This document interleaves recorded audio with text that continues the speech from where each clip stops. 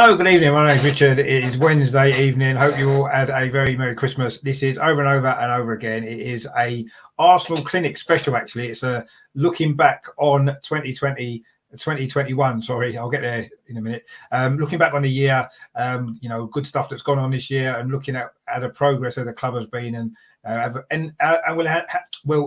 put my mouth back in again, and we will do some end of year awards as well, and see what we all think about the year in total. So we're coming up the other side of this.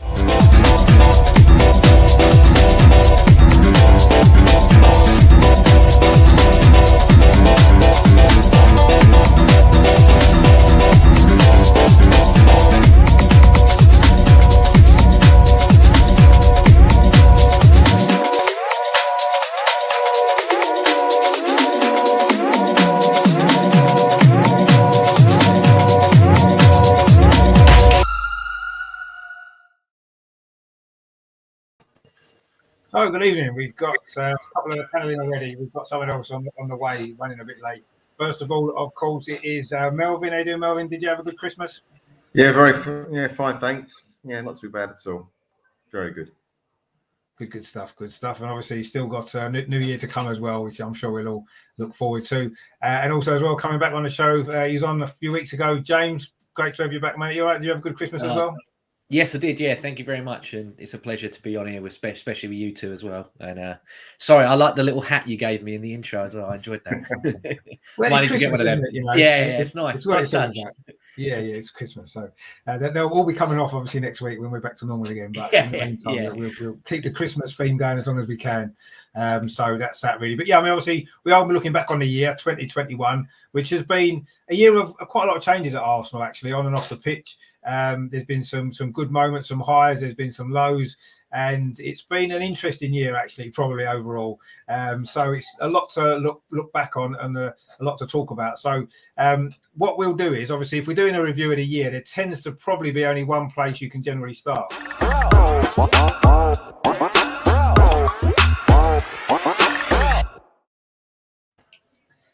Of course, January. We actually started the year in the bottom half of the Premier League. We had a terrible start to last season, as you know, and we just started to turn our form around Christmas time. The first game was New Year's Day away at West Bromwich Albion.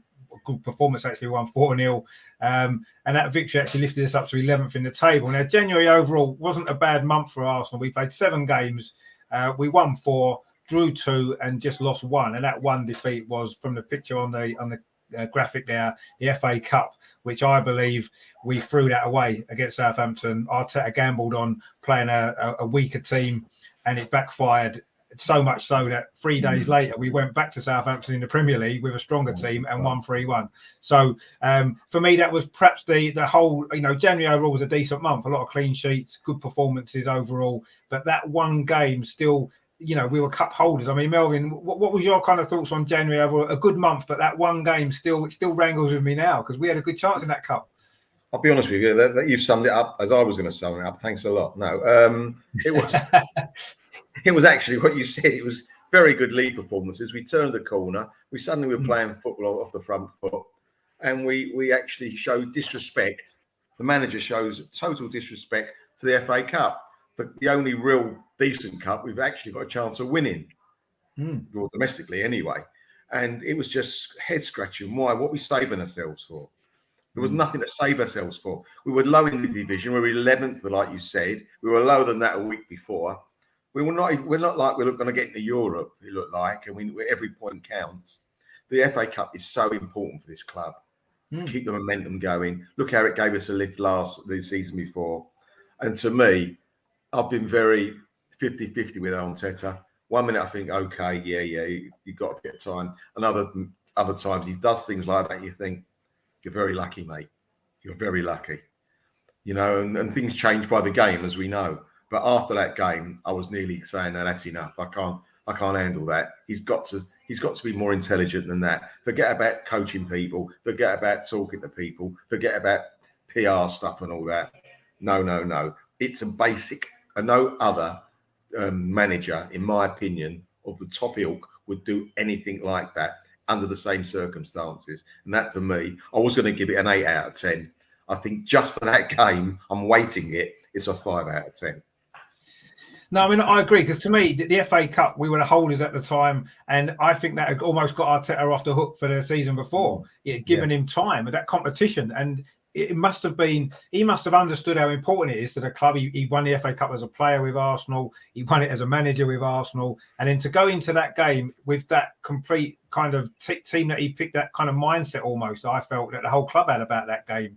And to me, that was almost unforgivable, I agree. And that did put the dampener on that whole month, because overall we played well in January. We had some good results and good performances. We didn't really climb the league very much because, you know, there was a lot of gap between the teams ahead of us, but we started to look a lot of a better team. And that one game, I mean, James, what did you make of that then in January? Obviously, the FA Cup was the game that just stands out, doesn't it? Like a sore thumb, really.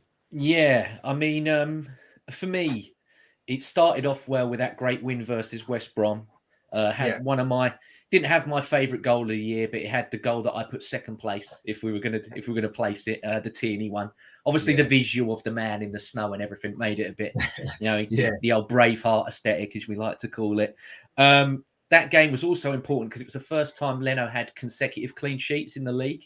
Took him 3 seasons to do it, but it actually was the first time that I mean, I think Ramsdale's done that already straight away, but it took Leno 3. But then I give Leno some, you know, leeway because the defense hasn't been as good. But no, for me, the Newcastle game in the cup, you know, we took that to extra time, but got through that. Smith Rowe scored a lovely goal in that one.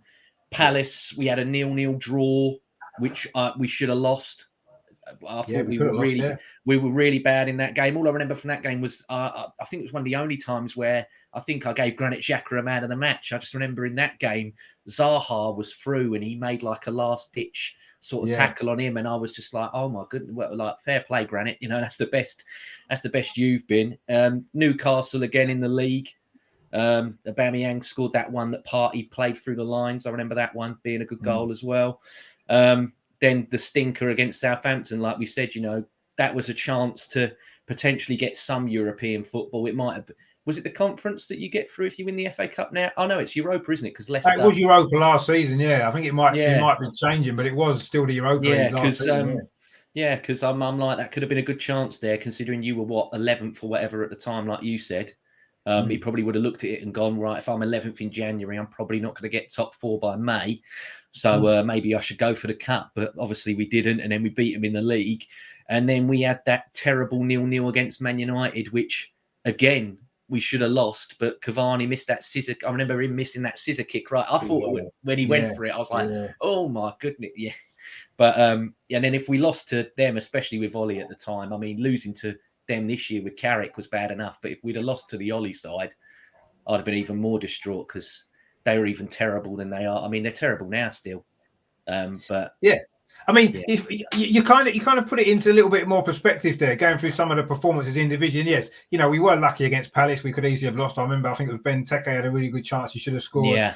The Man United game, as you mentioned, we could easily have lost that game as well. But I was looking at January more from what had gone on previously in December and November. Yeah, definitely. The year before, and it was an improvement, wasn't it? You could see that we were better. We still wasn't there where we needed to be, but you could see we was improving. The Southampton away performance, the West Brom away performance were both good in the league. The Southampton in the league performance, and you know, yes, it wasn't a great month overall for performances. I agree, but results were positive, and it was a lot better than it had been a few weeks before. And I think that's what I was looking at it in that way, as opposed, if you just look at the performances, as you said, individually, most of them wasn't that great, if we're honest. One or two good performances, and the others we sort of stumbled through the games a little bit, didn't we? But we were moving finally in a positive direction, which had taken a long time. And I say the FA Cup defeat for me just put a dampener on the whole month, really, because I think we're all looking forward to a good run in the FA Cup. We love a good FA Cup run at Arsenal, don't we? You know, we've won it the most times. It's almost like our competition. So to throw it away in that manner was really, really disappointing. And it's something that, you know, certainly didn't do Arteta any favours, I think, with a lot of the fan base either, because, you know, it got him extra time by winning it the year before. And to throw it away, as we said, was maybe not what he should have been doing. So overall, then, I mean, Melvin's given January a 5 for the FA Cup game, apart from anything else. I mean, James, what would you say out of 10 for January then overall? I gave it a 5 as well. It was better, but it wasn't great. And I mean, just the cup thing. Yeah. I mean, Annoying. yeah, no, I mean, I get that. I mean, I would sort of give it a 6 because of you could see some improvements from previously. And we did keep, out of the 7 games, we did keep 5 clean sheets, only conceded 2 goals in the whole month. So I think that defensively, you could see there was improvements there in terms of the structure of the team. We wasn't being ripped open as much as we had been previously. So I'd give it a 6 just on that basis, that it was a step forward from the previous month and the months before. So that's sort of where we were with January. So yeah, not the best month then, as I think we've all agreed. But you know, we will see how the year progress. So obviously after January, you know, if you've ever seen a calendar, generally what comes after January is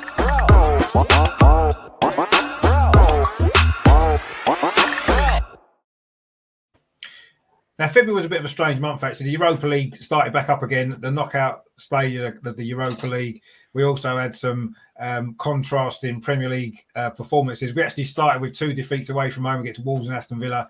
The Wolves game was that strange one where we dominated for 40 minutes, then had a ridiculous red card for David Luiz. They got a penalty and ended up winning 2-1.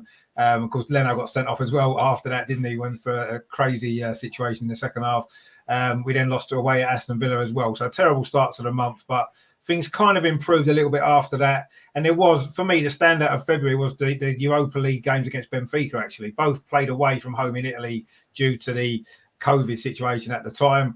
And the first leg was technically away, and we got a 1-1 draw. Saka scored a good goal.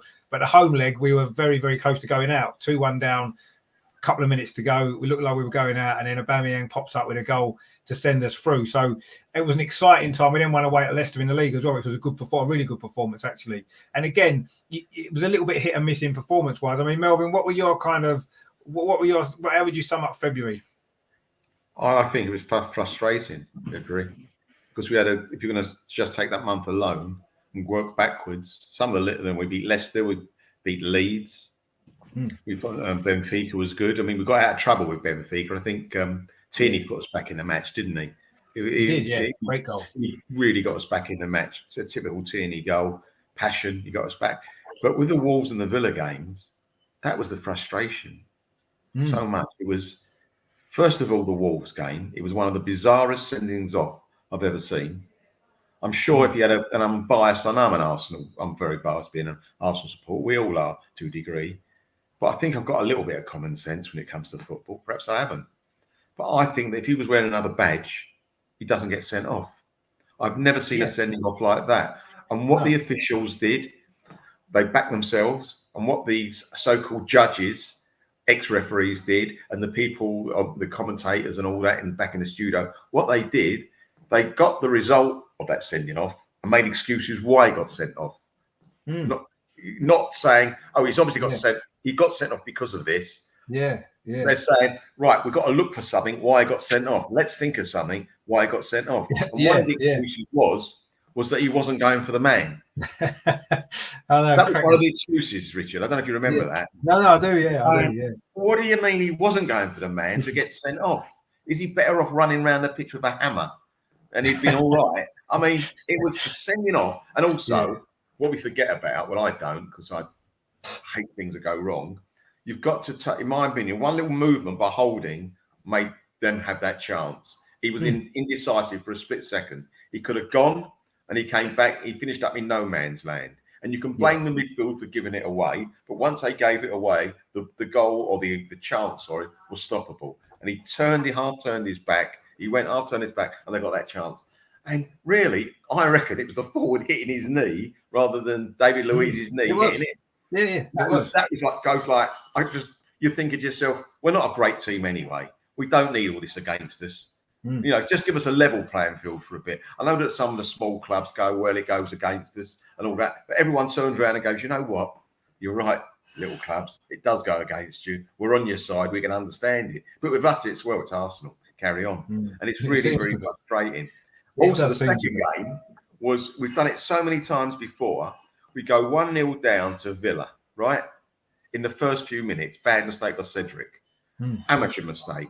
Hackney Marsh's mistake, let's face it, in all seriousness. We've got 89.5 minutes to put something right, and we're playing the same way. We've seen it with other teams. I think Sheffield United away a couple of years ago, we went 1-0 down. It was like, bothered. They should have a scoreboard up so the Arsenal players can see the score, because you think sometimes they don't know what the score is. You've really got to change what you're doing, change the tempo, change the style, change the people on the pitch. And we don't do that. We play the same. We might get a 2-minute period near the end when we go for it. That's not good enough. You've got 89 minutes. I'm not saying go berserk, but at least turn it up slowly for the rest of the game. And that's what frustrated me, to see a professional footballer make as poor a mistake I've seen for a long time in the first few. It's like he hadn't warmed up mentally or physically.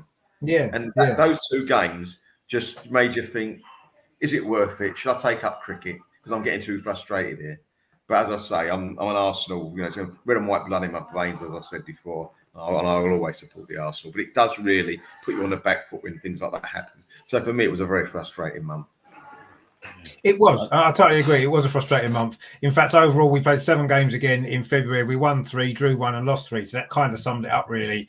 How frustrating it was. We didn't really make a lot of progress in that month. We scored 12 goals and conceded 10. So not great defensively after a good defensive month in January. But we did get through in the Europa League. And I suppose at the time, that was the important part, because that was a competition, obviously out of the FA Cup. The Europa League was a competition, was looking like one of our best chances of getting back into Europe at that point, because we were still way off in the league. We were 10th, 11th throughout the month. We didn't really progress at all.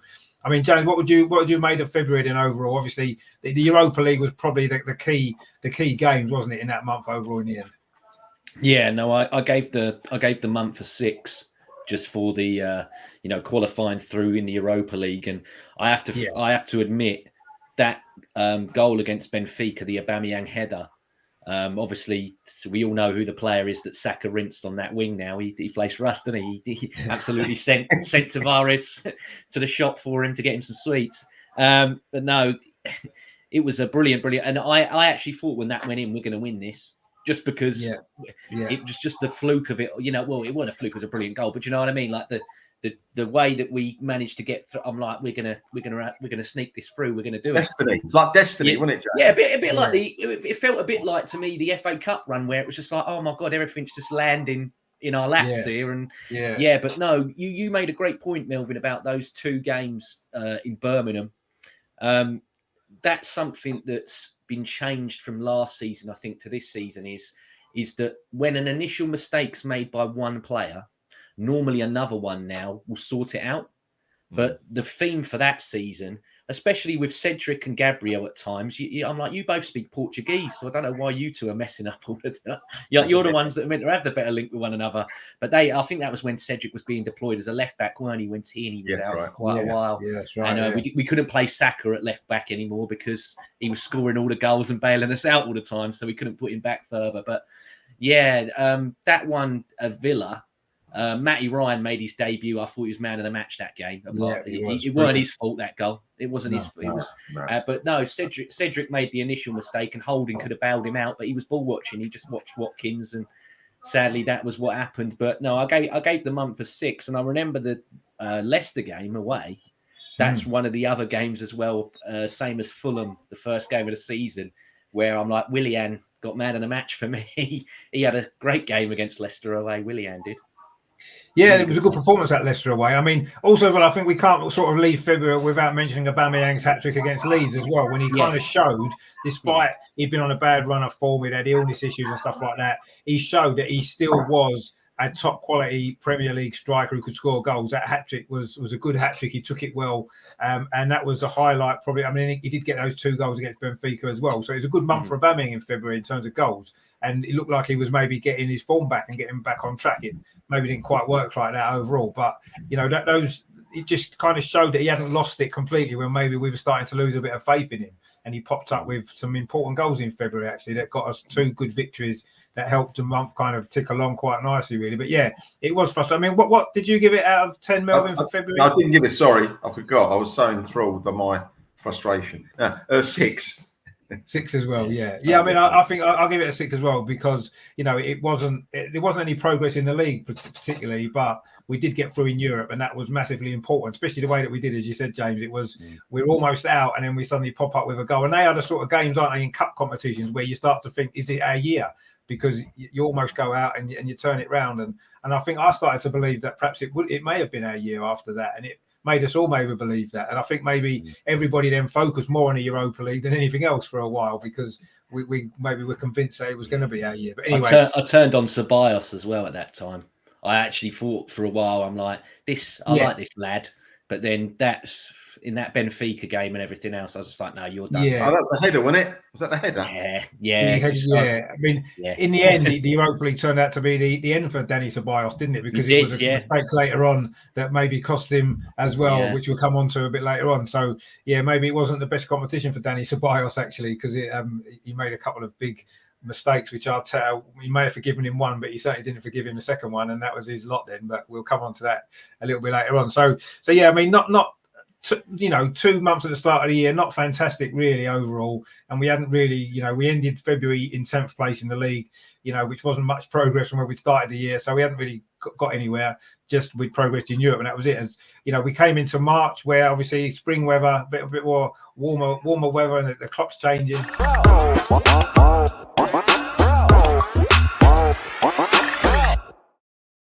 Obviously, there was only one real highlight of the month, which was the game in that picture there, of course, the game against Tottenham, where we did go behind to that Rabona goal, of course, from Lamela, ended up getting sent off, and we ended up winning that game.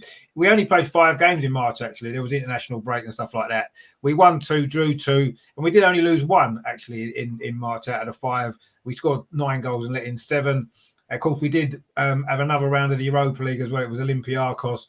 I thought we had a really good performance away at Olympiacos. We won 3-1. I thought we played really well that night. A couple of really good goals, actually. El Neni hit an absolute screamer, didn't he? And that was a good performance, although we did lose the home leg 1-0, our only defeat of the month. That was really frustrating. There was, of course, a Premier League game at Burnley as well, of course, where that highlighted mistake from Granit Xhaka, although it wasn't just Granit Xhaka's fault, it was a series of errors really at the back, cost us that a win in that game. And, of course, at the end of the month, we did have that incredible game at West Ham where we were 3-0 down, came back to draw 3-3, and maybe could have even won. So a pretty mixed bag again, if we're totally honest, with March, I think there, Melvin. I mean, obviously a little bit of a shorter month in terms of number of games, but what did you make of March overall? Pick and mix, wasn't it, March? That's what it was. Absolute pick and mix. I mean, Burnley away, it's like so many times we go away from home to a team that is not as good as us, wipe the floor with them. Aubameyang scores a nice little goal, totally on top, thinking, is it time to, well, you know it's not, but you're thinking, is it time to get the cigars out? You know it's not. And all of a sudden, the goal, he screams for the ball, Xhaka. The goalie can see everything and still gives it to him. Number one, he shouldn't give it to him because it's Xhaka. Secondly, he shouldn't give it to him because he's got people around him. And Xhaka blindly kicks it. He'd have been better off shutting his eyes and putting it for a corner or whatever. Anyway, that mistake was bad. And from that, like a lot of times, when we suddenly go back a gear, we can't go up to a gear we were 5 minutes ago. And that was what happened in that game. That was shocking to watch, horrible to watch.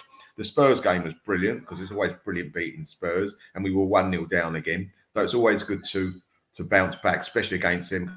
The crowd, they get a little bit excited, the Spurs crowd, don't they, when they're winning against us. So it's nice to let them just have a little bit of enjoyment and then come back to reality. We've done that so many times over the past few years. And the West Ham game was like Sunday football, wasn't it? It was like, you have the first half, we'll have the second half, like a double header. It was a ridiculous game. We were so poor. That goal, I think the third goal they got when they had a quick free kick. Yeah. We were all having a cup of tea, the defence. Yeah. It was like, oh, well, Man. it was like, what the hell is that? And I thought the second half, that was the first game I thought that Odegaard really showed what he could do. He took the game by the scruff of the neck. I thought he was a little bit good touches, I thought. But yeah, he was a bit, not weak's the wrong word, but not strong. That game, he looked strong. He looked like, I want the ball, give it to me. I'm going to do something with it. I don't care if you don't want it. I want it. Give it to me. And I thought that game, wow, fantastic. Yeah, we could have won it because we had the momentum. No doubt about it. I thought we could have had a penalty as well. I think their goalie, their ex-goalie, did something like clattered Lacazette. Another day, that would have been a penalty. Most certainly a penalty. But listen, wasn't to be. We finished up. At the end of the day, you're happy to take a draw for that game because it was so bad first half. It was embarrassing. So, but that was the month. As I say, pick and mix. It was like, what are you going to get with Arsenal? What are you going to get? You don't know, do you? You just don't know. It's like they pick 11 different players every week. We don't, but it seems like it. So again, that month was another frustrating month. It was seeing signs of something that could be, and all of a sudden your legs are taken away again. I will give it you're a good. six. 6, please. 6. Yeah, no, 6 is fine. I mean, again, we did make progress in the Europa League, not in the most convincing fashion. The home leg against Olympiacos was a really poor performance, wasn't it? We lost 1-0 and dreadful performance that was from Arsenal, but we basically got the job done in the first leg away. So I suppose we look at it in perspective, I guess. But yeah, that West Ham game was crazy. Apart from anything else, we actually scored we had 2 own goals scored for us by West Ham, which is unusual. Not often you get 2 own goals in one game. And we, Souček and Dawson scored own goals for us in that game, and obviously Lacazette got the third one. But yeah, I mean, that was the month when Ødegaard really came into his own. He got his first goal against Olympiacos. He scored against Tottenham, had that brilliant game against West Ham, and that was maybe the month where I think a lot of people started to think that, can we not try and sign him at the end of the season permanently, because he was only on loan, of course, at that point. So I think that was the month. That was definitely Ødegaard's month. I think out of the first half of the season, definitely he was our best player that month, and it was great to see. I mean, what did you make of it all, in James? Obviously, March overall, only the 5 games. Yeah, I gave it a 5 for the advancement in the Europa League and the beating of Spurs, but then the 2 draws, especially the Burnley one, like you said, Melvin, we just stopped playing and then gave a silly goal away and completely again just held on for dear life. And it's Burnley. I'm not trying to be disrespectful, but it's it's Burnley. Come on. Yeah, no, it was ridiculous. But no, you say as well about the Ødegaard goal in the Olympiacos game. I think the Gabriel one was up there as well. He's done that a lot, hasn't he? That backward sort of flicking header. Yeah, it was brilliant. Yeah, I really enjoyed that one. Yeah, that was a good performance, actually, Olympiacos away.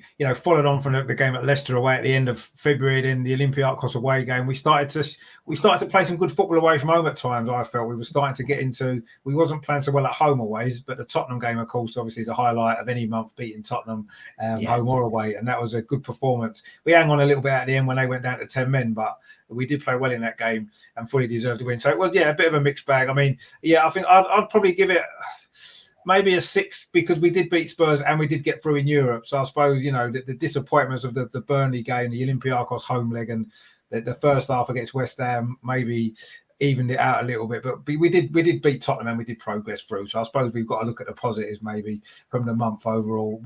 Not the greatest month that we've ever had, but not the worst either, I suppose. And then we will move into obviously what would become sort of the business end of the season. The last couple of months of the season where things are decided one way or the other. And we moved into April.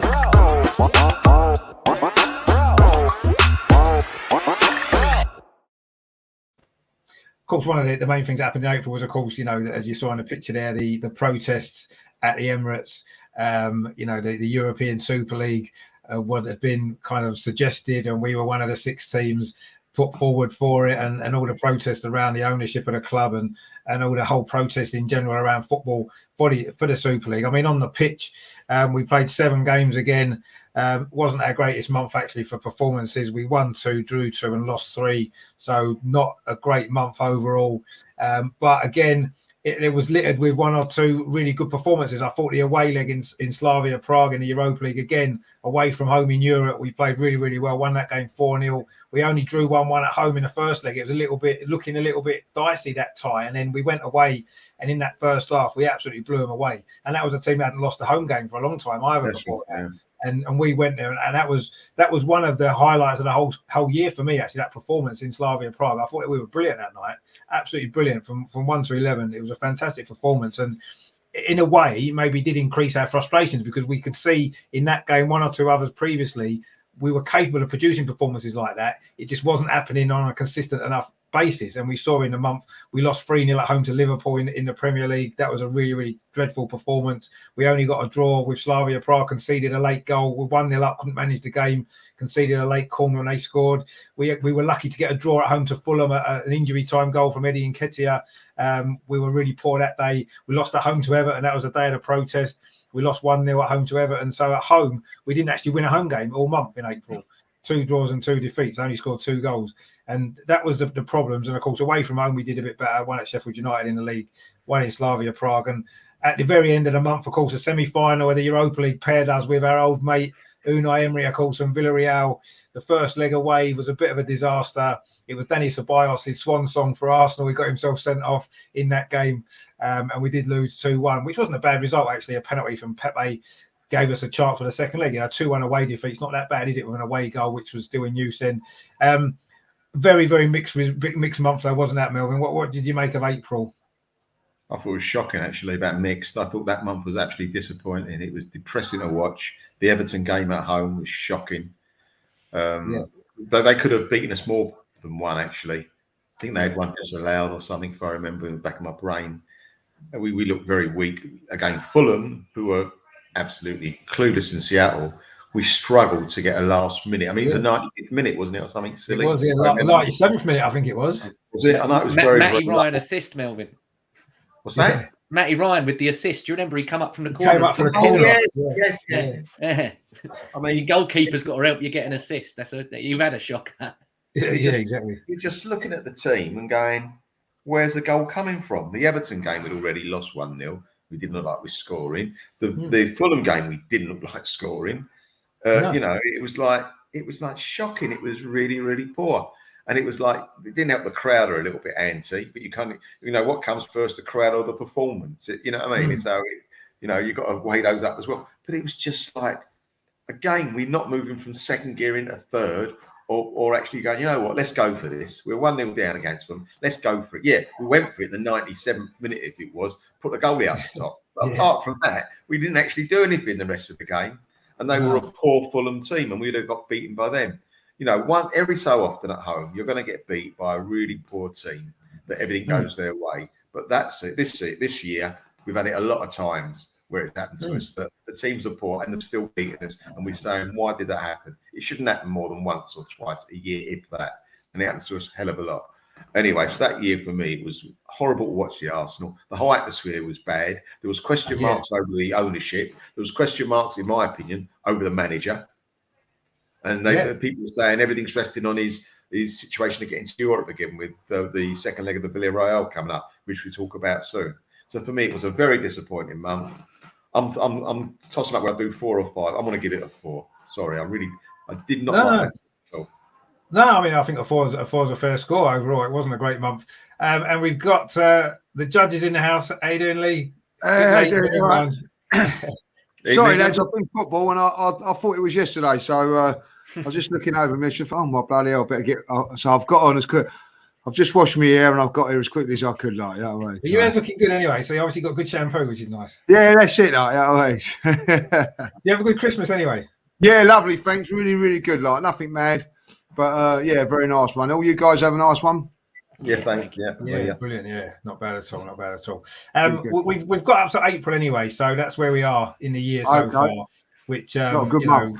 Not a good month now, as Melvin was just putting exactly as we all felt. Really, it wasn't a great month overall at all. 2 wins and 3 defeats in 7 games. I mean, James, come on. I mean, actually, Melvin, what did you say? It was a 4? Did you give it or a 5? Yeah, 4 out of 10. 4. Yeah, that seems probably fair enough. I mean, James, apart from the Slavia Prague performance away, which was really good, there wasn't much else to really be too excited about in April, was there, to be honest? No, I gave the month a 3. Like Melvin, I was very upset and disappointed both on and off the pitch. I think the whole Super League debacle was one of the darkest days I think I've had in my, I know you guys have supported it a lot longer than I have, but that was one of the dark days for me. The Liverpool game, the third goal especially, again, like I said earlier, Gabriel and Cedric, you think they're the two that are going to have the telepathy with one another, both being able to speak Portuguese, and they had a mare for that second Jota goal. It was absolutely terrible.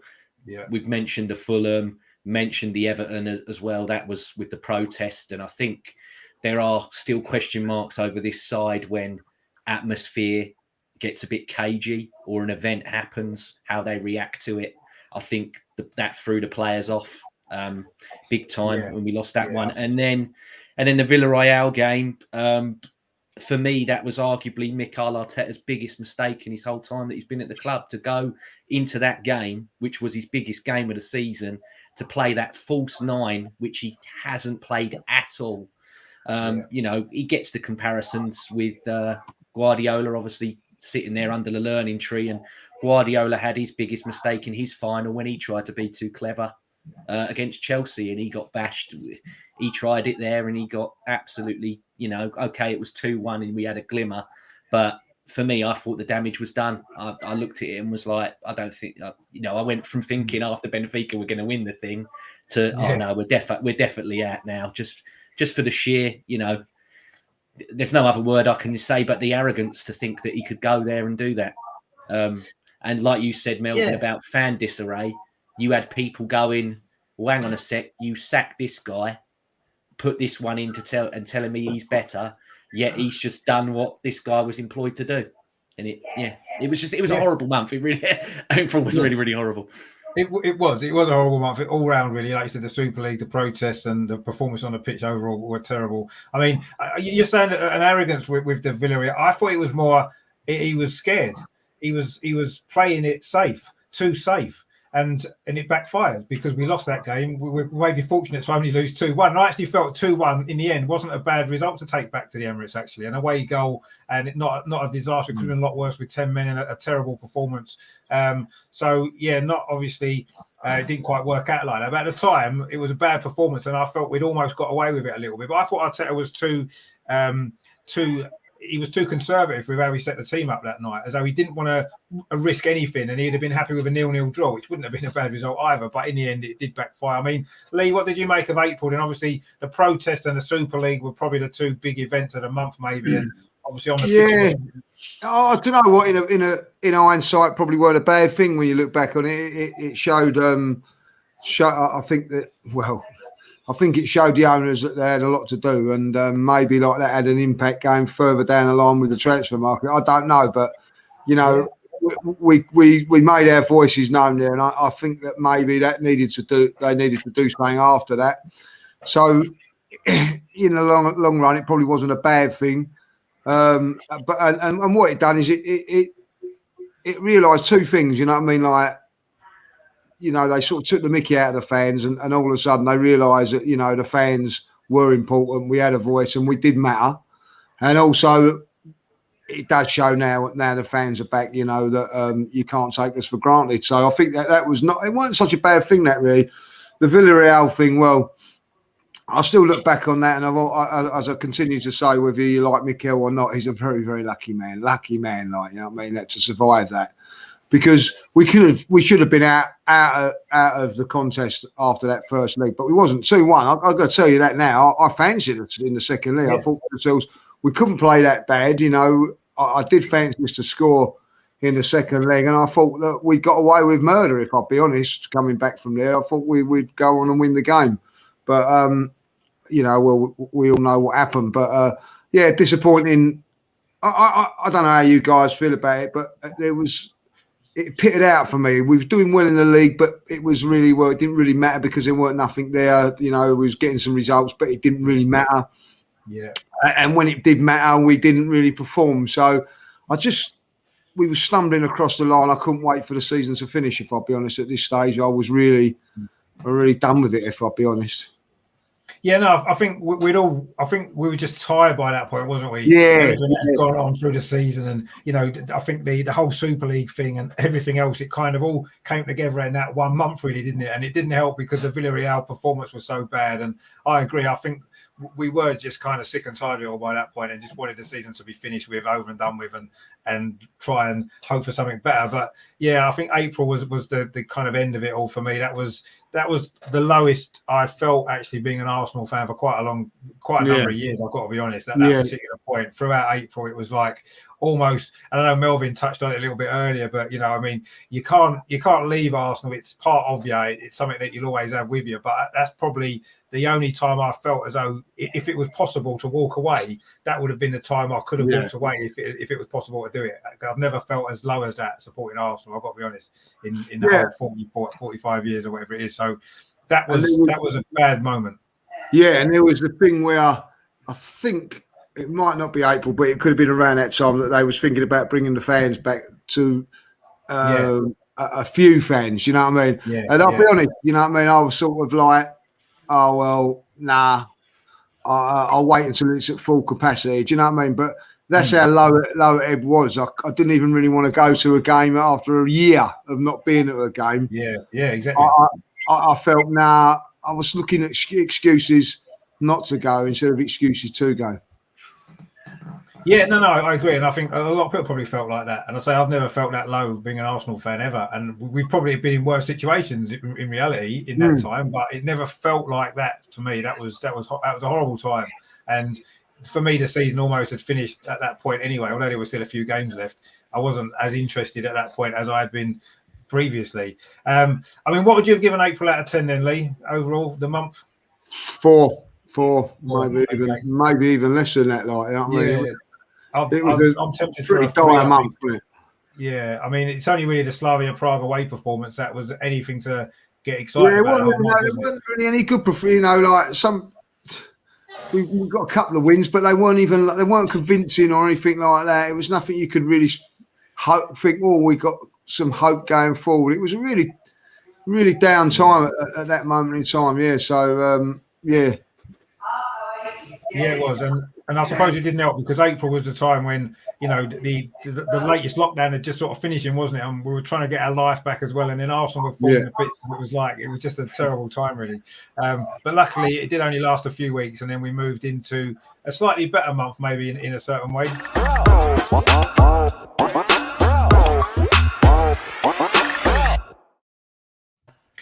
Of course, May, the second leg of the Villarreal game was at the beginning of May.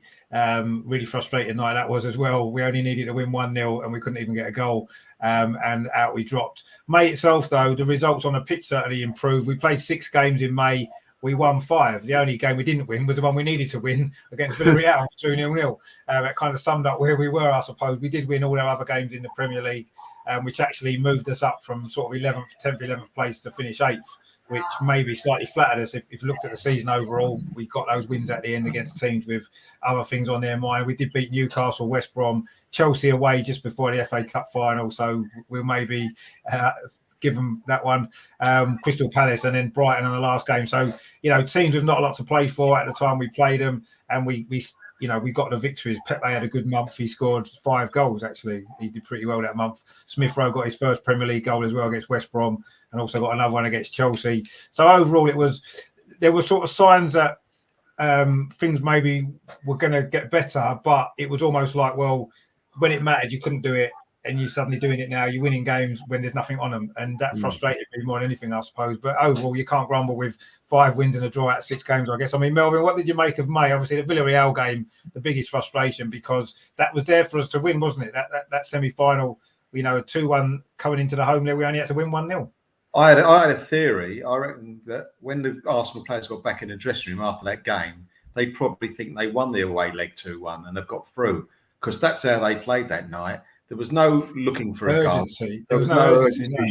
No. It was tepid. It was soft. It was like going through the motions. They didn't change anything. And it seemed to me that, stupid as it seems, obviously they didn't, but they were playing for a 0-0 draw. They were too frightened to attack. It was really, really a weird game. And all the years I've been supporting Arsenal, when we've had to win a game, at least we've given it a go, especially in a cup game. You give it a go.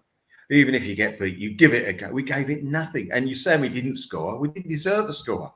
Had we won 1-0, the FBI would have been on our back. It'd be daylight robbery, wouldn't it? We didn't deserve it any way at all. It was disgraceful. And that was one of my biggest disappointments, of the way we turned up like it didn't matter. That's our biggest game of the season, by far. And it was really, to a degree, as you say, Lee, he was lucky to keep his job after that game as well. Because really, for me, I was touch and go with, like I've been with Arteta for ages, I'll be honest. That, to me, I'd nearly made up my mind then. I think that's it. What's he showing us? What's he got? No, how did he put those players on the pitch? What mindset did he put them in? Is it him? Is it the players? Is it both of them? Because for me, that isn't an Arsenal team trying to get through to a final, needing just 1 goal at home. Sorry. No. And it was disgraceful. The other 5 wins you can keep, as far as I'm concerned. Didn't matter. That was the game. No, you're right. I'd have given it an 8 out of 10 throughout that game, and I'm giving it 4. Yeah, no. I mean, you're right, because the only game that really mattered was the one that we didn't win. We won all the others when they didn't matter, really, I suppose. And it wasn't even enough to get us in Europe via the league either, because we left ourselves too much to do. I mean, James, what did you make of that month? Obviously, I say the Villarreal game's the only real one. We do need to mention Willian's only goal as well against West Brom. A good free kick it was, actually, a decent goal. But I think by that point, he was gone. We'd all forgotten he was even there. But other than that, there wasn't really a lot to write home about in April, really, was it? In May, sorry, when you look at, the Villarreal game was the one, wasn't it, that we had to win? Yeah, no, for me, you summed it up. We beat those teams that, if okay, Chelsea, we got a cheeky 1-0 there, but the other teams, West Brom, Palace, and Brighton, if we're not beating them, then come on. I mean, we're worse than we even thought we were going to. We are if we can't beat these. But no, that Villarreal game, still to this day, I'm not in the best of shape, but I'm at least 6'2", and that Aubameyang header still plagues me, especially when he scores that one against Benfica. You look at that one, and you're thinking that's and still to this day, I don't know how he missed it. I do not know. It's one of them what ifs, a bit like when Henry goes through in Paris, when you're like, how did you miss that? It's just the same again. But no, I gave it a 4. We ended relatively well, but like I said, if we weren't beating those sides, then I think Mikel would have been even. If he'd have, because where he messed this up, if we'd have lost to Newcastle, West Brom, Palace, or even drew those games, I don't think he would have been given the chances, because the fan unrest on top of the, you had people wanting the owners and the manager to go at that stage. For me, I was like, well, the owners are always going to stay, but the manager, I'm not afraid. It's out there, so people can listen to it. As soon as that game finished, I said, that's it for me. Get off he go. He's got to go. I just couldn't see where the turnaround was going to be, because hindsight's a wonderful thing, but I didn't think that we would spend the money that we spent, and also on that caliber of player, which you'll probably touch on a bit later on. So I'll stop whilst I'm ahead. No, you're right. And I mean, this is a good point actually from Sentiment FC that says, what Leah said before, how lucky Arteta is. If we hadn't won those games with Pepe's goals at the end of the season, we would have finished 14th. I mean, we could well have finished as low as that, couldn't we? And obviously with the Europa League campaign as well, would Arteta have survived finishing 14th or 13th? Or something like that in the Premier League? Would he have got the opportunity to stay at the club after what happened in the Europa League as well? I mean, I think so. I'm not sure if he would have. I mean, Lee, what did you make of Maiden? Obviously, the other games, as Melvin said, that didn't really matter, did they? It was a big one, and we basically come up short. It didn't matter. Look, listen, it's always nice to beat Chelsea at Stamford Bridge. Let's be honest. Any result against Chelsea is nice, but it was bittersweet. Even that, just before the cup final. And you're thinking to yourself, well, if they'd have really fancied it, they'd have turned up and beaten us. It was like, really, they just let us win it. Really, they'd made a few changes, so you couldn't even get really behind that sort of game there. No.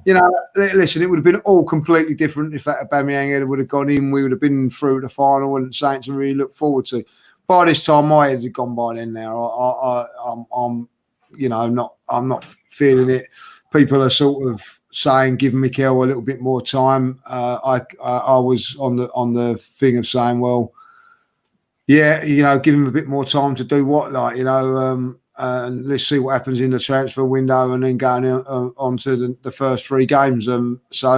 But at this stage now, I wouldn't have been so. I think, if I'll be honest, if we was a real proper football club as far as being ruthless was concerned and whatever, he would have been given the old sack. I do believe that. I think that if it was Man United, Man City, Tottenham, or someone like that, I think that they would have sacked him. In a way, I think maybe it's a good thing that we haven't, because we're showing that we've got belief in him or whatever. I don't know, but that was that 2 games before. I look at people when people turn around and say, yeah, players cost games, and I do go along with that most of the time. But that both games, you got it completely wrong. You got it completely wrong out in Spain. And then when we come back at home, the tactics were far too cautious. It was more worried about them scoring than us scoring. And completely blew it on both occasions, really. And to go out on a whimper like we did was soul destroying. Soul destroying. It was. And It's the reminding me of all this anyway, by the way. Like, you know what I mean? I sort of gone like all this. And to be honest, I mean, the fact that we did it against Unai Emery's team as well made it even worse, didn't it? Yeah, made it even he worse. Replaced. It was that was the worst. Well, that was even worse. You know what I mean? Like, realistically, I don't think there've been many managers that would survive that. No. If I be honest, you know what I mean? Like the bloke that you sacked for, you get the job for the person you sacked, comes over and does it over you, not once but twice. You know what I mean? Like, and you still survive. So, you know, as I say, we'd have beat United fortunate as well if we'd have got through. We'd have beaten. Oh well, I think we would have beaten United, because they were worse than us. You know what I mean? With a worse manager. That's what hurt as well. Knowing that they got through and everything, and it wouldn't have gone to penalties. I think we'd have done them in 90 minutes because, like you said, they were terrible. They were worse than us. They were shocking. Yeah, I mean, we'll never know, I guess, what the final would have brought because we didn't make it, unfortunately. But I mean, the fact that it was Unai Emery, for me, that kind of sealed his fate in my head as far as I was concerned. I didn't see there was any way he could have survived that. And I was shocked that he not only kept his job, but as we'll come on to very shortly, he was given money to spend in the summer as well. And that completely, I was shocked. And I agree. I think a club with what I felt had ambition to be successful wouldn't have done what we did at that point. They wouldn't have kept him and they wouldn't have let him spend money in that summer to get some players in. He should have gone. As far as I'm concerned, I think most people at that time would have felt the same.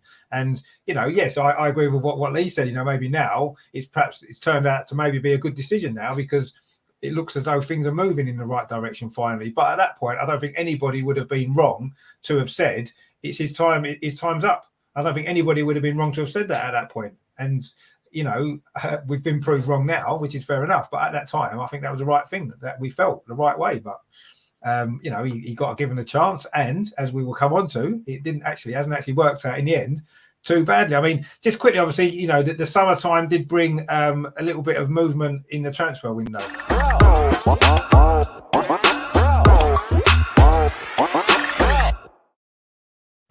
Well, obviously, one or two players arrived after the season started, but a couple did arrive during the summer. Ben White being the main one in terms of transfer fee. Nuno Tavares, as we mentioned before, came in as well. I think Lokonga arrived in the summer as well, didn't he? So there were signings, but they wasn't the signings that I think we all got really excited about. I'm thinking, oh, brilliant! We've brought all these great players in. We're going to push on and be able to improve.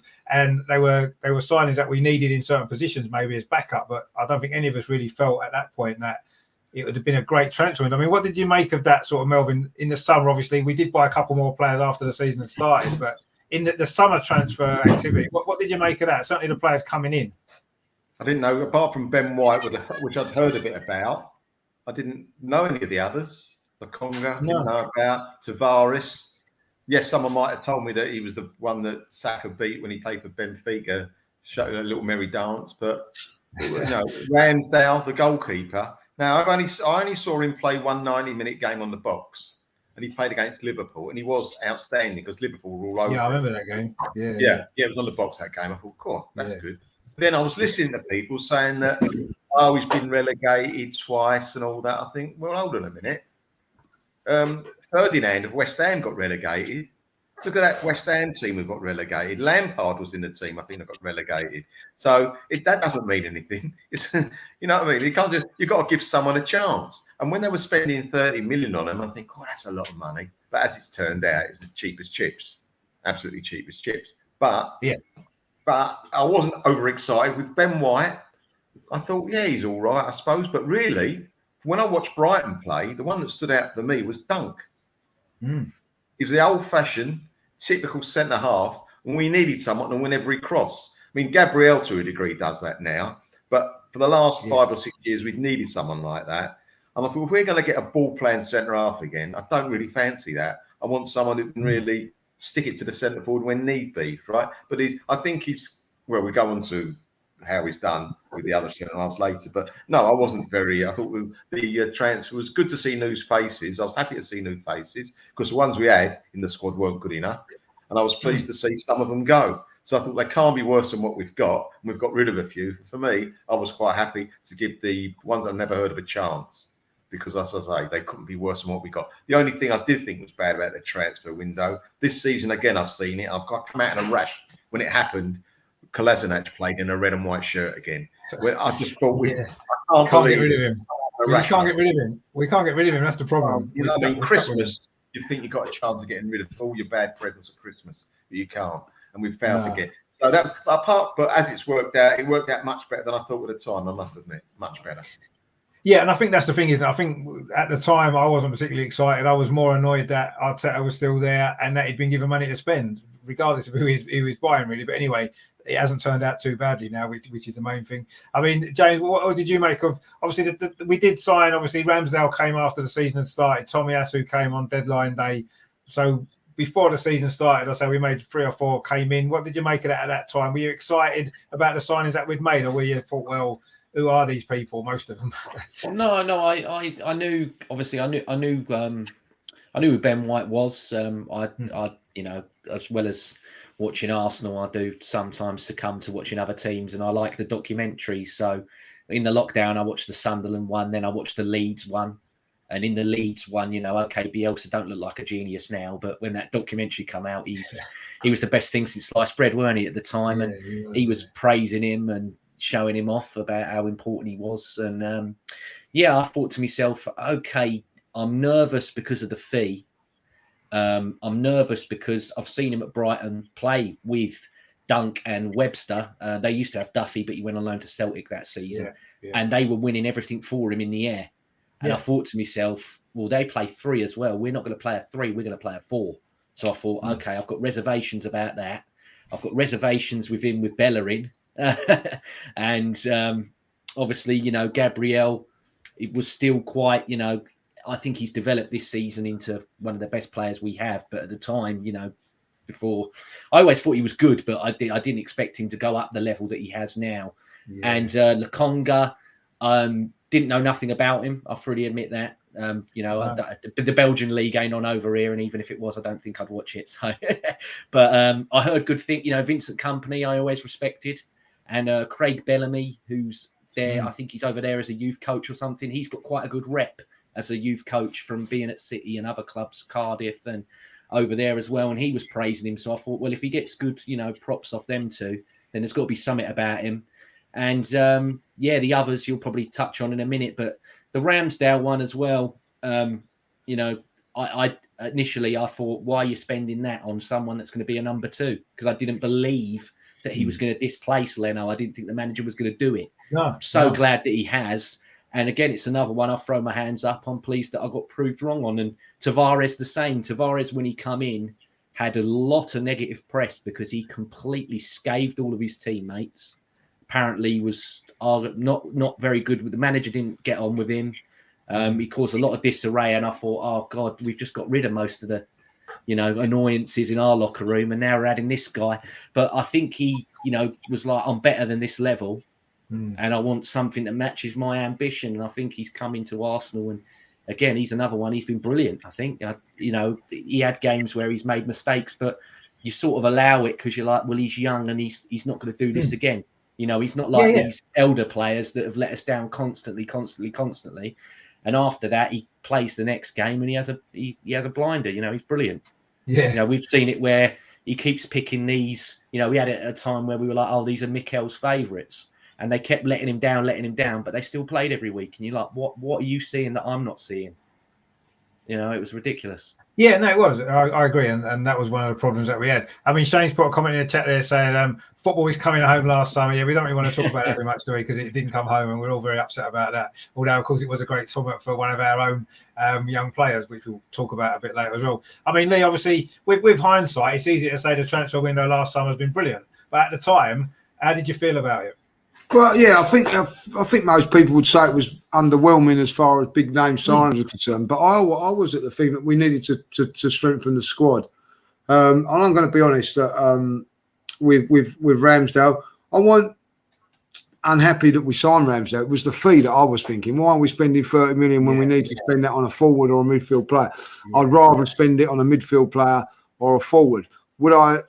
now when you talk about hindsight, I'm glad we have spent that money on him because he's been a revelation. But I'm with you guys. I thought he was just going to be a backup goalkeeper, you know, playing the cup games and things like that.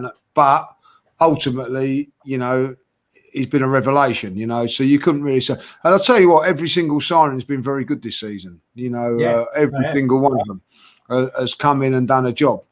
I'm going to be honest, I've never heard of Tomiyasu. I know of him now, and I've been absolutely blown away with his performances. You know, I've been brilliant, Ben White, I've always liked Ben White from the Leeds days, always like that. We know if you can go in the Championship and play in the Championship, you've got something about you. And people said, oh, yeah, it's 50 million. I'm glad Arsenal spent 50 million because it said if they can spend 50 million on him and 30 million on a goalkeeper, they've got money.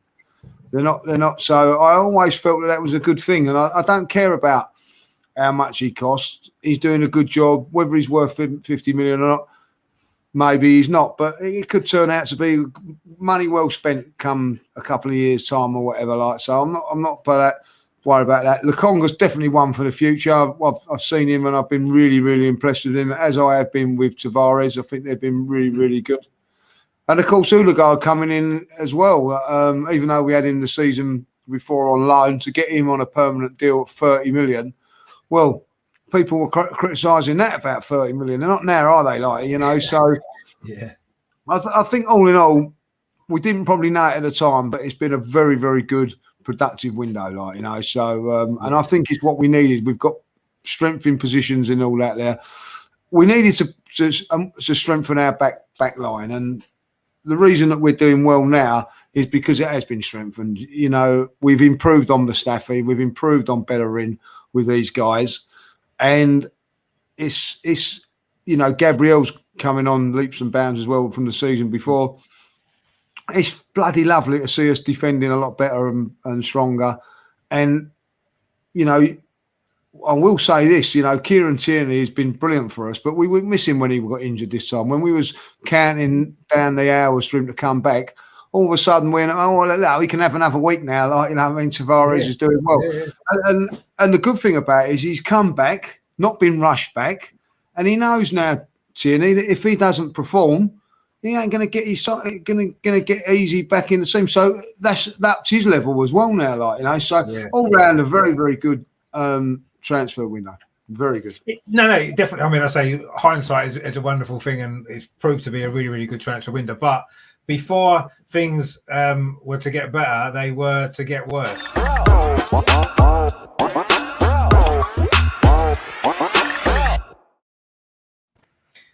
I mean, August was a bit of a shambles, let's be honest. A complete and utter shambles, wasn't it? On the pitch, off the pitch, it was just a mess. And smashed West Brom 6-0. I don't know what you're talking about. Well, yeah, we did, but I don't. You know, after that Man City game when we lost 5-0, we were bottom of the league. I don't think I could ever remember in my lifetime Arsenal being bottom of the league before. And I actually took a picture of the league table because I wanted to remember that moment, because it's like a big moment, because it's not something that's ever happened before. And obviously it was only ever going to be temporary, but at the time it was quite a stressful period. I mean, August was a terrible month. We lost all 3 Premier League games without scoring a goal. We did beat West Brom 6-0, as James pointed out, in the League Cup. West Brom's youth team, the under 15s, whatever it was, with good performance. But we did play 4 games in August. We lost 3 of them in the Premier League, won that one. We did score 6 goals, but it was all in one game, and conceded 9, which were in all the other 3. So that kind of summed up the month, really. It was. We were all over the place, let's be honest. You know, we had COVID situation with players. We had to play the Brentford game when we wasn't ready. It was on a Friday night on telly. It was always going to be a difficult game. Obviously, we got completely bullied out of that one. Chelsea were just much too good for us. City were much too good for us, and we finished August bottom of the Premier League for the first time in probably, I don't know, 80 years or whatever it was. So yeah, not the best start to the season, Melvin. No, well, the only bright spark of the first 3 games was the first 15 minutes against Chelsea. We were like, you know, we thought, hold on a minute, keep your fingers crossed. This is a bit better than I thought. And all of a sudden, Tierney played that day, didn't he? And he went missing. He got drawn into the middle of the park. Left us very narrow, and their right back, the England right back, looked like Garincha.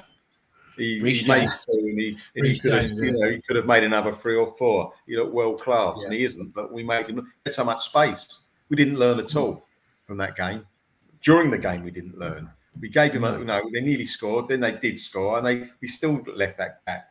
So that was disappointing. And yeah, the whole month was horrible. It was like one of those, oh my God, so early on, you know. It's like when we play certain times. I've watched Arsenal, we're not fancied, and you think to yourself, give us 25 minutes, give us 30 minutes, just to give us a little bit of hope. And this season seemed to have lasted 2 seconds. After 2 seconds, our whole season was finished. And that's how I felt like, we've got another 8 months of this, have we? Have we really? Yeah. So, listen, I'm giving it 3 out of 10 because my pen don't go any lower, but 3. I should give it lower, but I'm giving it a 3. Well, I think that's generous. I think that's Yeah, a generous generous. score for August. It is generous, I admit. We were bottom of the league without scoring a goal in the whole of the league, all our league games in August. So I think 3 is very, very generous, actually. But anyway, we'll take a 3 if that's what you're going to give it. I mean, James, what did you make of the mess that generally was August? Yeah, I gave it a 2. So I gave it a 1 for beating West Brom 6-0, and then I gave it another point because I went Chelsea with Melvin. So it was nice it was nice for us to finally meet each other in person and meet your family and have your hospitality at the game. It was like, so that got a point for me just for that. But no, it was shocking. It was absolutely shocking. I mean, when you look now at what's going on, the fact that we were the first game back with fans. First game for Brentford at their new ground. Sky had been going on about it and everything.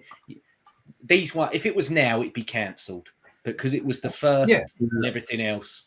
They were like, no, you've got to play it. And yeah, it was absolutely. I mean, the team that we put out should have theoretically still beat Brentford, but they were, you know, well up for it, and we sadly wasn't. And yeah, like you said, absolute bullied, just bullied, and then. Chelsea and Man City, you know, when you look at it, okay, at the moment, it's a bit different. But at that time, you're looking at it and you're thinking, well, again, it's another 17-team league, isn't it? Because that 3 of Liverpool, Man City and Chelsea, you're not going to catch them. So it's what you do in the other game, you know, in the rest of the games. We'll see, you know, it's a bit better now. But at that time. Well, we're about to find out at the weekend, aren't we? Yeah. I mean, obviously, Lee, you said it before that, you know, Arteta's maybe lucky. I mean, the game against Man City, losing 5-0, bottom of the league, no points, no goals. You know, he was lucky to survive the end of last season. And here we were showing no signs of any sort of improvement at all. In fact, we looked as though we'd gone completely backwards. I mean, was you surprised that I know we'd spent a bit of money in the summer, but were you surprised that he survived that as well? I mean, he seemed to be lucky surviving everything else. Yeah, well, no, as I say, he's a very, very lucky man because, like, you know, it was. Listen, again, we now know that the game against Brentford, we should never have played that game. You know, let's be honest. You know, and realistically, I've got to give Arsenal credit for like not complaining about it. Like, you know, other teams now are having games called off, and we just got on with it, and we're dealing with it again now.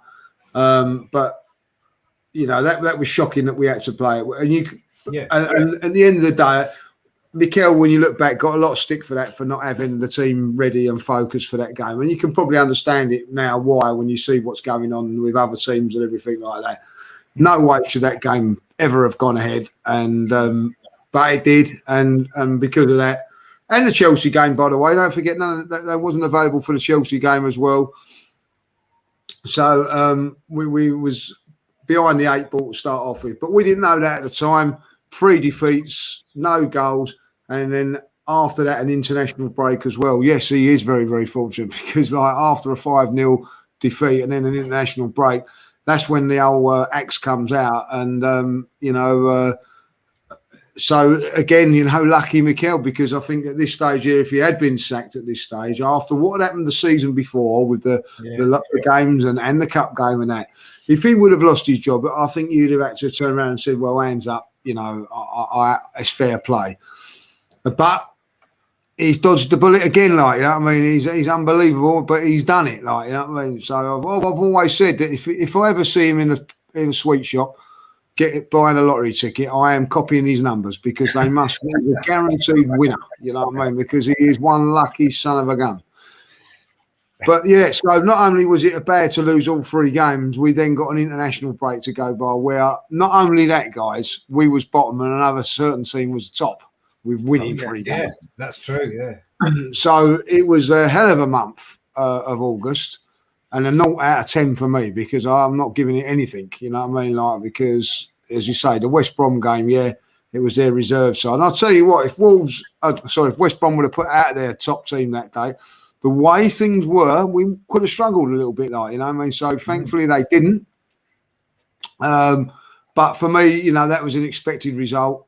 But at this stage now, I you know, 3 games gone, bottom of the league, no goals. Actually, you know, even like on Twitter, they're turning around and saying like Arsenal's goal of the month, they have to go to the women's. You know, they was really like, you know, we was getting a lot of stick. And again, you know, I'm now thinking like roll on September, but not roll on September, if you know what I mean. Because, you know, I didn't really know what was going to come. No, exactly. I mean, Arteta seems a bit like Bulletproof Tony out of Snatch, doesn't he? He seems to like be able to avoid the bullet somehow. He gets them fired at him and he still survives. But anyway, he did survive that, and I was quite surprised. I mean, you give it 0 out of 10 for August. I'll give it 0 out of 10 as well because it was a dreadful month. Nothing went right for us at all. Not all our own making, like you said, the COVID issues and stuff should be taken into account. At the time, I say we just accepted it because you didn't think games would get called off for that reason because they hadn't done previously. So, yeah.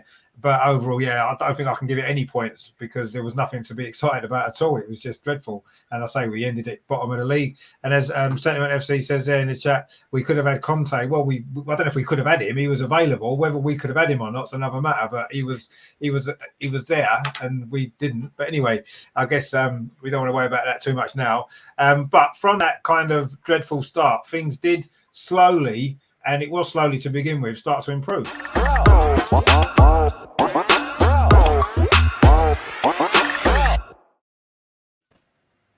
I mean, we did mention the win against Tottenham at the end of the previous season was one of the highlights of that month. And obviously beating Spurs in September, at the end of September, was probably one of the best atmospheres that the Emirates has ever seen. It was just a day that everything kind of came together. And I think that even those of us and all of us probably on this panel maybe at some point have doubted Arteta a lot. That was maybe a day when maybe we started to see maybe he's got something going here. Maybe with the new signings, the young players, maybe he's getting somewhere. That I certainly felt it on that day. That was the first time I'd really felt that the shift, if you like. The new players were starting to settle in and look good. Ramsdale was brilliant. Tomiyasu had been brilliant. Ødegaard was starting to settle into the team, and obviously Smith Rowe was on fire. Saka, and I don't know. I kind of felt a shift by that point. So September to me was a month. It started slowly. We struggled to beat Norwich 1-0. We struggled to beat Burnley 1-0. You know, we beat Wimbledon in the Carabao Cup pretty comfortably at home. And then there was that Spurs game. And that first half was an unbelievable performance. Just incredible football we played. Some of the goals we scored as well. We just ripped them to pieces. And in the end, I was a little bit disappointed we didn't go on to beat them 6 or 7-0 because we could have done with the way that we tore them to bits in that first half. But a fantastic month. Obviously, we played 4 games in September, won all 4 games. Scored 8 goals, only conceded 1. That was the late consolation for Tottenham, which was a shame. We didn't keep clean sheets all the way through. But Ramsdale was in the team now, playing well. And suddenly you could see things moving. Suddenly, that they'd never done before under Arteta. I've never seen that before. And suddenly it looks as though you could start to see it. It was there in front of us. And we was like, oh, maybe all these people that have said, oh, you know, back Arteta, back the process. Maybe they were right all along because you could suddenly see something happening. I mean, what did you make of September, Melvin? It was a big month for me, actually. Big month, but I think the biggest goal was, I think, the Norwich goal. It was that first win, wasn't it? Home to Norwich. Yeah, right. Yeah, Norwich. We knew, without looking at Norwich, that they were going to be like relegation fodder. We knew that what was going to happen. And on the day, they weren't that great either. And we were struggling against them, to be quite honest. We needed, you could feel the nervousness in the crowd. We needed that goal so badly. Once it went in, it was like, all right, we've done this now. Let's just carry on. And then, as you say, when we beat Spurs, it was that first half. It was like they're all on drugs. We hadn't seen this before. They're all on the front foot. They're all having one touches. Aubameyang's flick on for Smith Rowe was outstanding. Moving one way, flicking it the other, bringing him into the game. The speed of Smith Rowe, the look over his shoulder, give it back to Aubameyang. I mean, that goal was magnificent. It was like It was a fantastic goal, and we've been sitting there so long over the last few years, watching the ball go to the centre half, to the left back, back to the centre half, to the right back, back to the keeper, have a little jingle. Then enough of that. There was none of that in that Spurs first half. It was get the ball, move it forward, run off the ball, run past the centre forward to get the ball. Things like that. Well, we haven't done for ages, and for the first time, things were clicking. So yeah, it's great to beat Spurs. Always great to beat Spurs. Bit disappointed we took our foot off the pedal second half because they could have nicked another one, Spurs, really, and it wouldn't have been a fair assessment of the game. 3-2. It wouldn't have been a 3-2 game if it finished 3-2. But people are saying, "Oh, look, it's only one goal, isn't it?" No. It was we were a different class that day, so I was a bit upset we didn't, as you say, get another 2 or 3. But that for me, the month was terrific. We got a hard-fought win against Burnley. The only bad thing against, which I can't believe I'm saying, this is not recorded, is it? That the bad thing was that Xhaka got injured in the goal, and we did miss him a bit. I'm not his biggest fan, as you know, but we had, without him, we did miss him a bit. I think Lokonga did well, right? But I think that Partey obviously plays better with Xhaka for whatever reason that is. Xhaka to me is not the answer, but he's the best we got next to Partey, I think, at the moment. But and it's a shame because he had a terrific game that game against Spurs. It's one of his best games, Xhaka, actually. Yeah, it was. He was brilliant. Yeah. Absolutely terrific. So that was the only downside, him getting injured. But it was, for me, it's got to be an 8 out of 10, September for me. Yeah, no, that's a fair score because that was the month, I say, when things started to move for me. I mean, James, you must have felt that as well, did you, during September, that things were changing for the better? Yeah, like you said, slowly started to eke wins out, and then you had the blowout at the end, beating that lot up the road. And if you can't enjoy that, what can you enjoy anymore? Do you know what I mean? So yeah, no, it was good. But like you said, small little things were, beginning to show. Obviously, tempo sort of went up a bit more, especially in that Spurs game, which you were like, okay, I'm enjoying this. But same for October as well. I don't want to get too far ahead, but for what I saw, which I really liked, was just more control. Like, we were actually seeing games out, which is something I've not seen Arsenal do for a very, very long time. And again, that goes back to the transfer window and what I said earlier.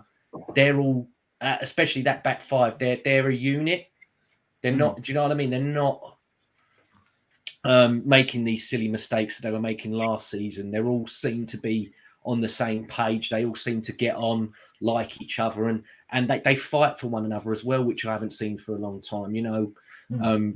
We had Holding having to play at the weekend and Ben White having to go at right back, but it didn't, okay, Norwich are terrible, but it didn't make that much of a difference. You can change the personnel now, and instead of panicking about it, we're still, seeing these games out, because as a collective, even with the front players and the midfield, it's all seeming to click. I mean, we've still got that next bit to go. When Arteta first come in, he went, okay, defence, I'm going to work from the back and then move forward. He's got the back four. He's got the back five completely fine now. They're all settled for the next couple of years. The next one to replace is that man in the middle, which I think is going to happen imminently. And then the next one is they've got to buy. Mikel hasn't bought a centre forward yet, so that's going to be a big test. Is whatever one he buys and how well he goes, because that's the next progression for this side. I think is buying a absolute world class centre forward that's going to, score us goals galore and get us even further than where we are now. And hopefully, if we do get this top four, it will be Odegaard's mate that currently plays in Germany for Dortmund.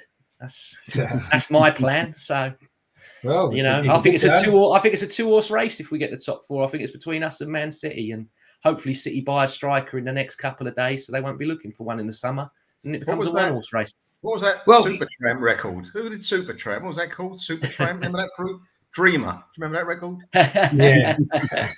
I think that's what James is at the minute. But it's a nice dream to have anyway. So that's good. But no, I mean, I kind of agree with everything that you said there, to be honest with you. I mean, what would you give it out of 10 then, actually, September?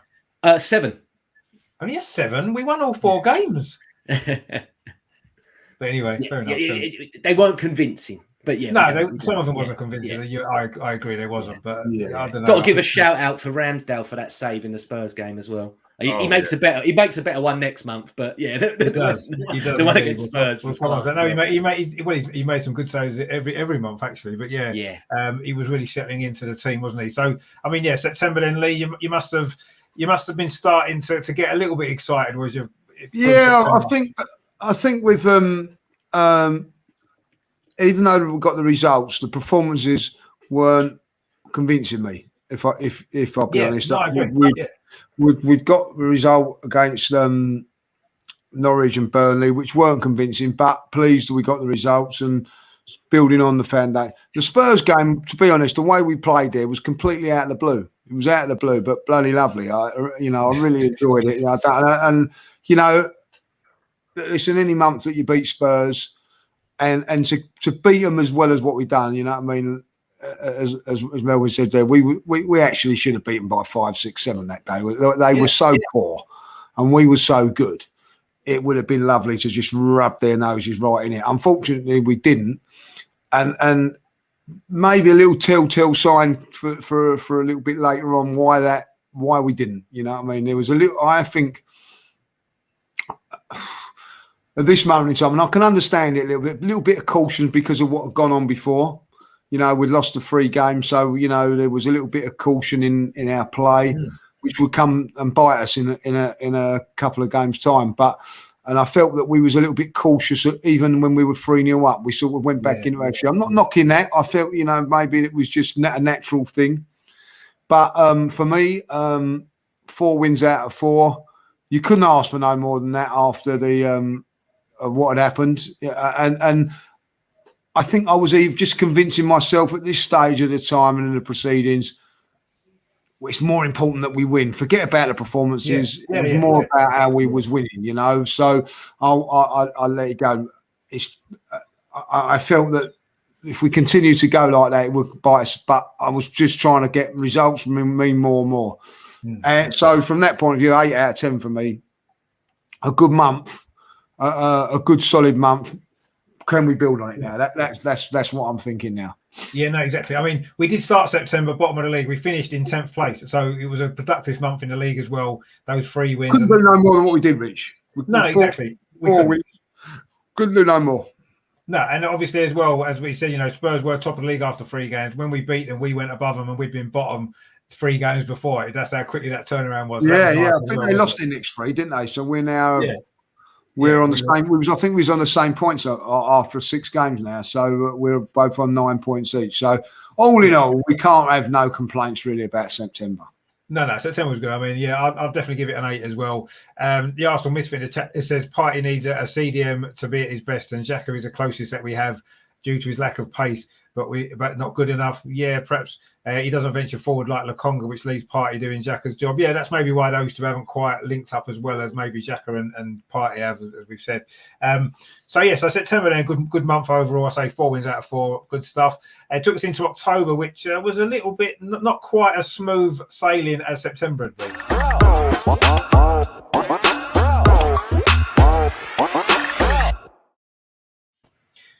But it was still a month that had some good moments. Didn't have the greatest start, actually. We drew our first 2 games. Brighton away. We're a little bit fortunate to get a draw in the rain. Difficult game. And then Crystal Palace at home, where we were seconds away from losing and got a last gasp equaliser with Lacazette to get a 2-2 draw called Patrick Vieira. Returning to the Emirates was a nice moment, I suppose, although wouldn't have been so nice if they'd won. But we got away with that one and got a draw. And then we finished a month with 3 wins in a row. 2 in the Premier League. Aston Villa, good performance. Leeds in the Carabao Cup, a much changed team, but we got the job done. And then, as the picture there, a good win at Leicester, another good performance away at Leicester. The 2nd season in a row we've gone there and played well and won. So 5 games that we played in October, won 3, drew 2. So another month, 2 months in a row without losing. Scored 9 and conceded 3. And out of those 3 goals, 2 of them were against Crystal Palace. So 3 clean sheets out of 5. So again, defensively looking a lot better. And not a bad month. Just it had a few little bumps in the road maybe that September didn't have. I mean, Melvin, what did you make of October? It was a bit of a shaky start, wasn't it? It was. And again, talk about important goals. That equaliser in the last minute, was it Lacazette? Yeah. Very important goal, because I think without that goal, I don't think we would have beaten, and may not have beaten Villa and Leicester. May not have been. May not. It's Yeah, all you're about right. momentum, isn't it? Yeah. This game. And I thought Villa, we played well, deservedly won. Leicester, again, similar to the Spurs game, first half, we were outstanding. We were so much better than them. It's like we were the home team. We played them off the park. Again, second half, we took our foot off the throttle again. And you're thinking, hold on a minute. You know, they had a couple of chances. They actually got close a couple of times, too close for comfort. And if they got one, who knows? And I think that was a game that we'd won at half time, and that was a game that we could only lose because we had it. It was there for the taking. We should have taken it and said, thank you very much. Finish second half, go as we did first half. You know, play a clever game, but don't sit back like we've done. And I can mention a couple of other games this year where we've sat back and waited for the other team to do us until they have. So that was a game that we got away with Leicester, but we should have been out of sight.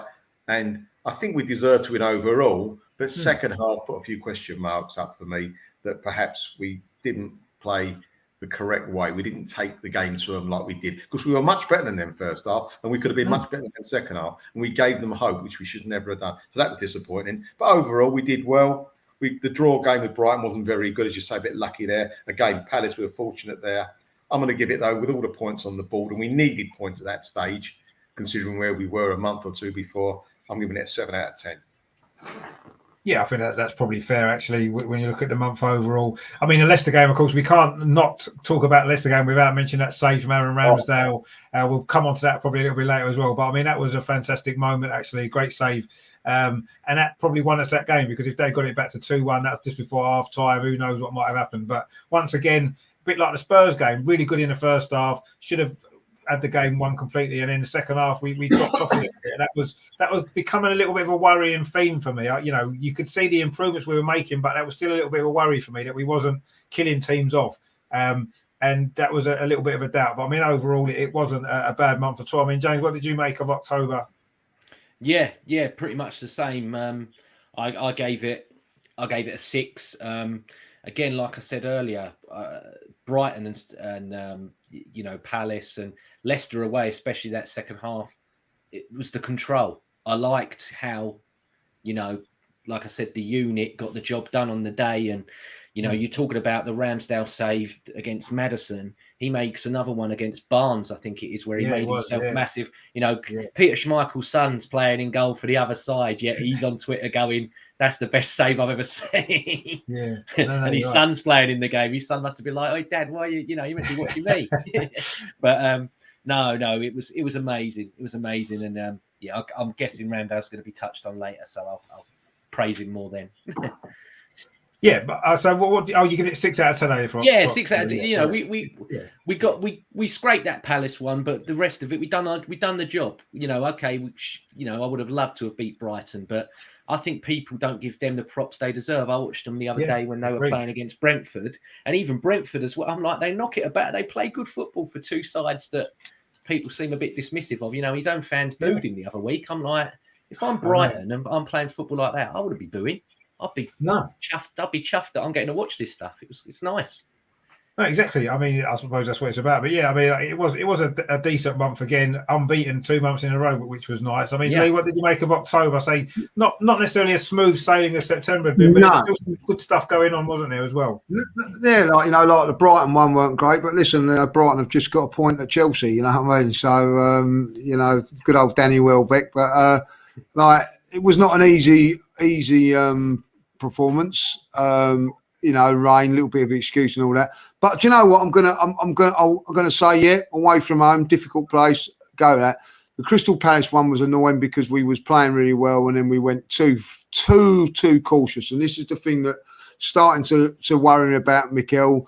We got in front and then we went cautious. But I will say, and I'll give him credit for this, is that he learned by that mistake, because since after that game that we played Villa and we went for it and we carried on going for it, got a good performance there, and the game against Villa to win that, Leicester, to go to Leicester, people have even criticised that, saying, "Oh, Leicester are not the team they are." Still, Leicester, they've got good players and all that. Like Liverpool, just gone there and lost.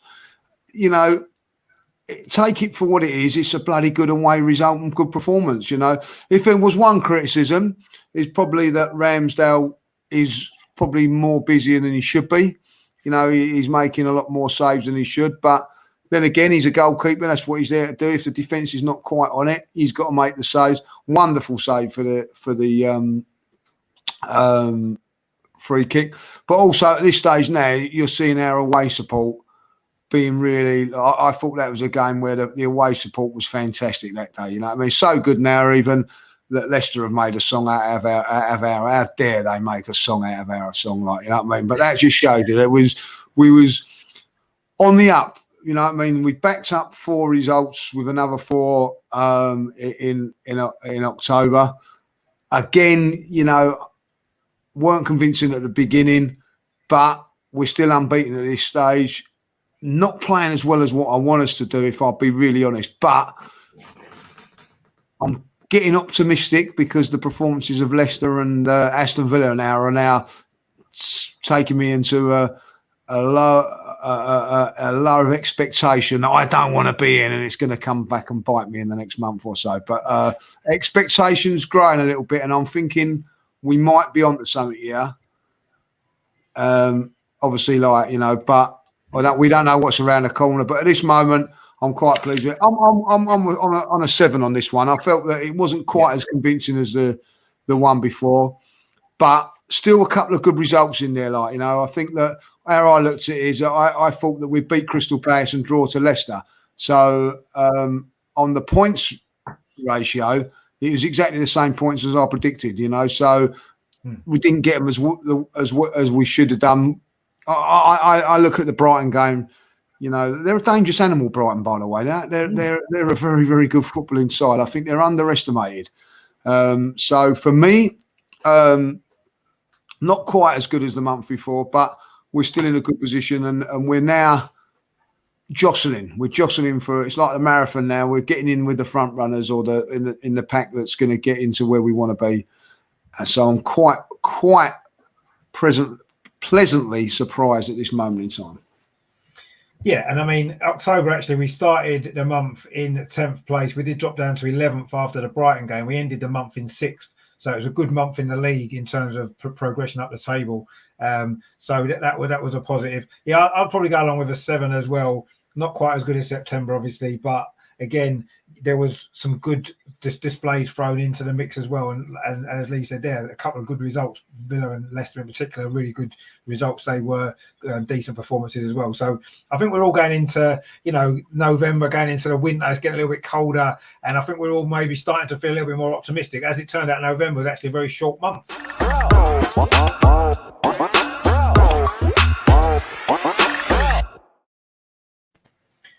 So we only played 3 games in the end in November, unusually, with an international break. Obviously, no European football, so there was no Carabao Cup ties or anything like that either. So it was just the 3 games. We beat Watford and Newcastle at home, and in between, we did suffer that defeat at Anfield 4-0, which, although the result in recent years at Anfield has been very similar, it was kind of surprising the way we lost that game because we'd been so much more solid. We hadn't lost for 10 games. We'd not conceded that many goals, and I don't think any of us were expecting us to go Anfield and win necessarily, but I think we're all a little bit surprised at how we fell apart in that second half, and the goals we conceded were very unlike how we'd been playing for the previous 10 games. And I was really surprised about that. So I say 3 games, 2 wins, 1 defeat. We only scored 3 goals and let in 4. So not a great month overall, but 2 wins out of 3, I suppose, is a positive. 2 clean sheets as well. But that Liverpool game was a big concern for me, just the way that we fell apart. I mean, Melvin, what did you make of November? Say a little month in terms of games played anyway. Well, really, it's the Liverpool game, isn't it? It's just like the first goal was a catalogue of errors. First of all, we've got Aubameyang making a tackle that he should never have tried to make, typical forwards, and the geezer wasn't even doing anything. He was in no man's land, right? But having said that, we had time to get ourselves ready for the free kick. Fabulous free kick. Again, though, we had Gabriel, who's made his biggest mistake of the season, facing the wrong way. Tommy, who's fantastic in the air, in no man's land himself. Between those two, you got, Mane scored. The little guy scored with a header. I mean, it was under no pressure, really. So that was a disappointing goal to give away. And then you knew that once that went in, we go, right, now let's see what's going to happen. I'm afraid it was a bit of the same old, like that podcast, a bit like that, really, wasn't it? like same old, and it was like it happened again. And I think one or two of the goals, they were like tap-ins, the Liverpool goals, which is so disappointing. You don't listen. If someone hits a 25-yard screamer and it deflects off someone's backside and goes in the top corner, you're thinking, well, that's football, mate. That happens. But when you see tap-ins against your defence, you're thinking that shouldn't happen. They are very good, Liverpool. They're fantastic at moving the ball quickly. But you still don't want to be that team that lets them score goals like that. They've played worse teams than us, Liverpool, and don't score goals like that against them. So why does it seems to be always us? You know, and that was really upsetting. But I think that what we perhaps, that might have been a turning point for us to a degree, I hope, because we got a little bit bullied there. And I think things happened to us on the pitch, a game that didn't go our way, especially Mane. He was very fortunate. And I think since that game, I've seen Arsenal players surround the ref a little bit more, get up in the ref's ear, which I love to see. We haven't done that for ages. And that game, we needed to do it, and we didn't. I think since then, in a couple of games, we've been doing it. I don't know if it's because of that Liverpool game, but I'm glad, whatever it is, I'm glad we're doing it. So to me, it was a disappointing month. 3 games only. I'm going to give it 6. Yeah, maybe a little bit of generous 6, perhaps, when you look at the one game again. You know, the one game in the month you wanted to see a performance was the one game that we let ourselves down in, I guess, and the other 2 would kind of whinge of expected. Empress 29 in the chat says, hi, Richard and guys, good to see Lee. It's always good to see Lee. He's a bit late, but it's good to see him. James, what did you make of November then overall? Obviously, only the 3 games, so not that much to talk about, really. Yeah, I gave it a 5. We've done the business in the Newcastle and I'm trying to remember what the other game is now. Watford. That's it. Yeah. Done the business there, and the Liverpool game. It was exactly what I expected, to be honest. Like I said earlier, you got those 3 teams. And then you got the 17 rest of the other teams that you got to get the points against, because they're just levels above everybody. So I wasn't expecting, I weren't expecting a result there at that time. I'd like to play them now, same as I'm happy to play Man City now at the weekend, because I think the little tide's turned there. But no, it was what I expected. And do you know what? I thought to go 35 minutes. Like you said, Melvin, we had 18 against Chelsea. It's slowly going up, isn't it? Hopefully that we can. But it's the same. You mentioned it. The same old Arsenal as you mentioned it. I've said it for a very long time. This club play the occasions and not the 11 players that are on the pitch. Sometimes they even play the badge. They don't play the team as well. And when whatever happened with Mikel and Jurgen Klopp, I loved it because I can't stand Jurgen Klopp. I used to really like the guy. I can't stand him anymore. And then you got that other idiot in the Northwest who's only been here about 2 days and he's piping up as well. I'm like, you can jog on as well, you idiot, moaning all the time. Get on with it. You got squads that teams would die for and you're still whinging and complaining. It's absolutely ridiculous.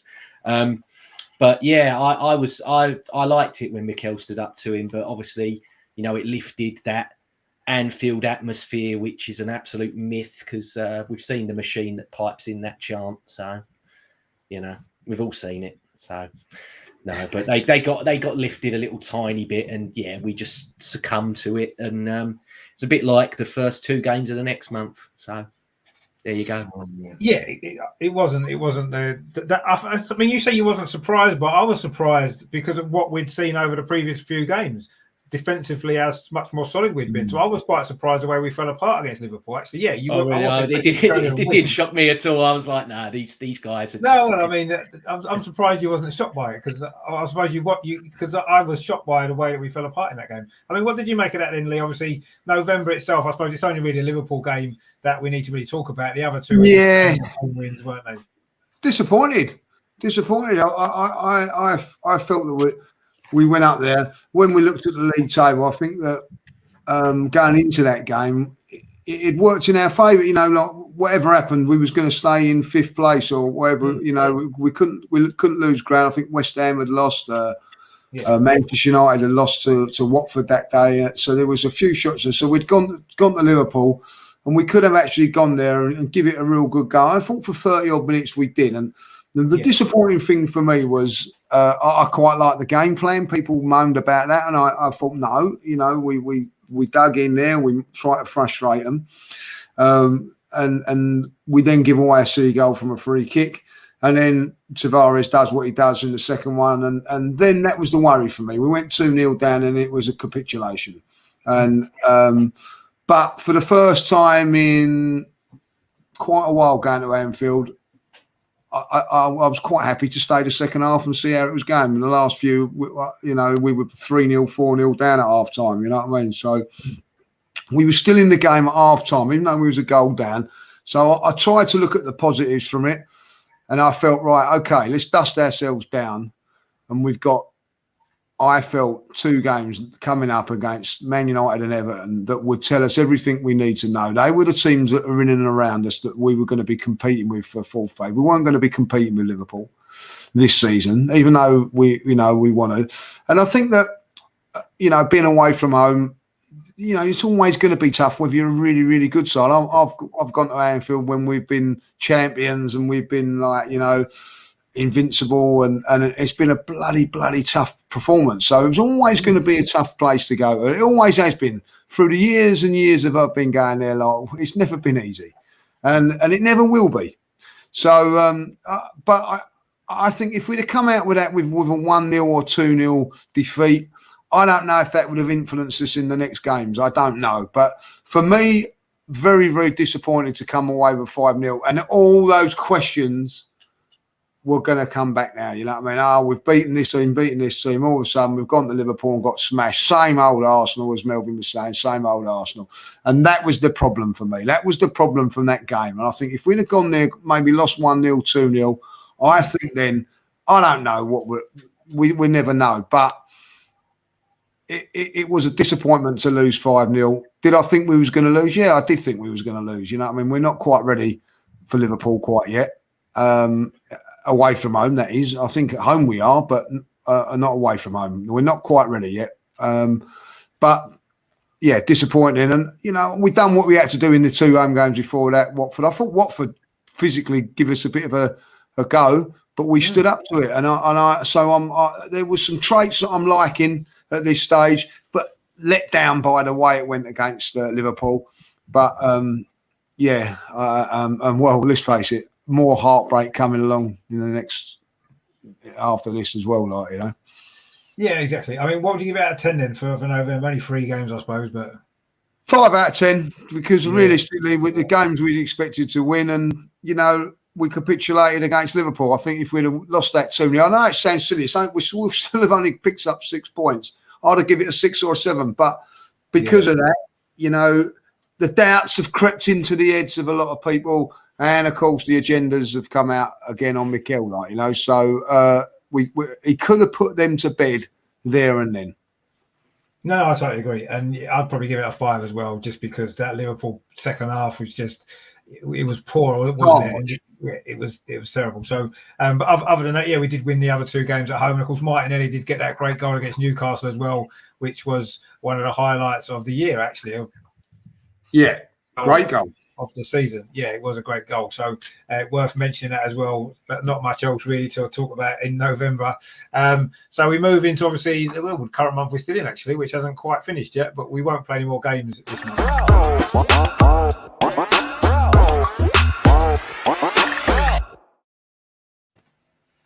A bit like September, this for me. A bit of a slow start, and then built up as we went along, and got better and better and better. I'm interested what everybody's going to say on this one.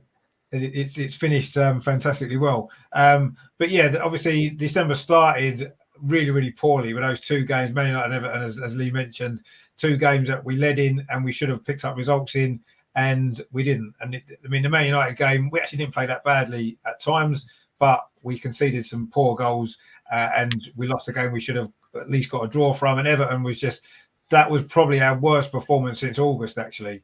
Overall, 90 minutes, we were dreadful. And I know we did lead at half-time. Fortunately, I felt Everton scored 2, had 2 disallowed.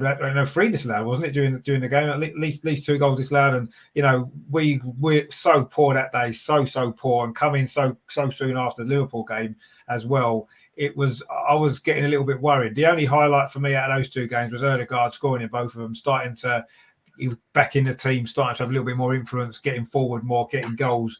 And then from that point, actually, from the Everton game, obviously lots of big things happened. Aubameyang left out the squad for Southampton, stripped of the captaincy soon afterwards, and suddenly from there, everything seems to have clicked into place from an attacking perspective. And yes, you could look at some of the teams we've played, got a few issues, but that doesn't matter.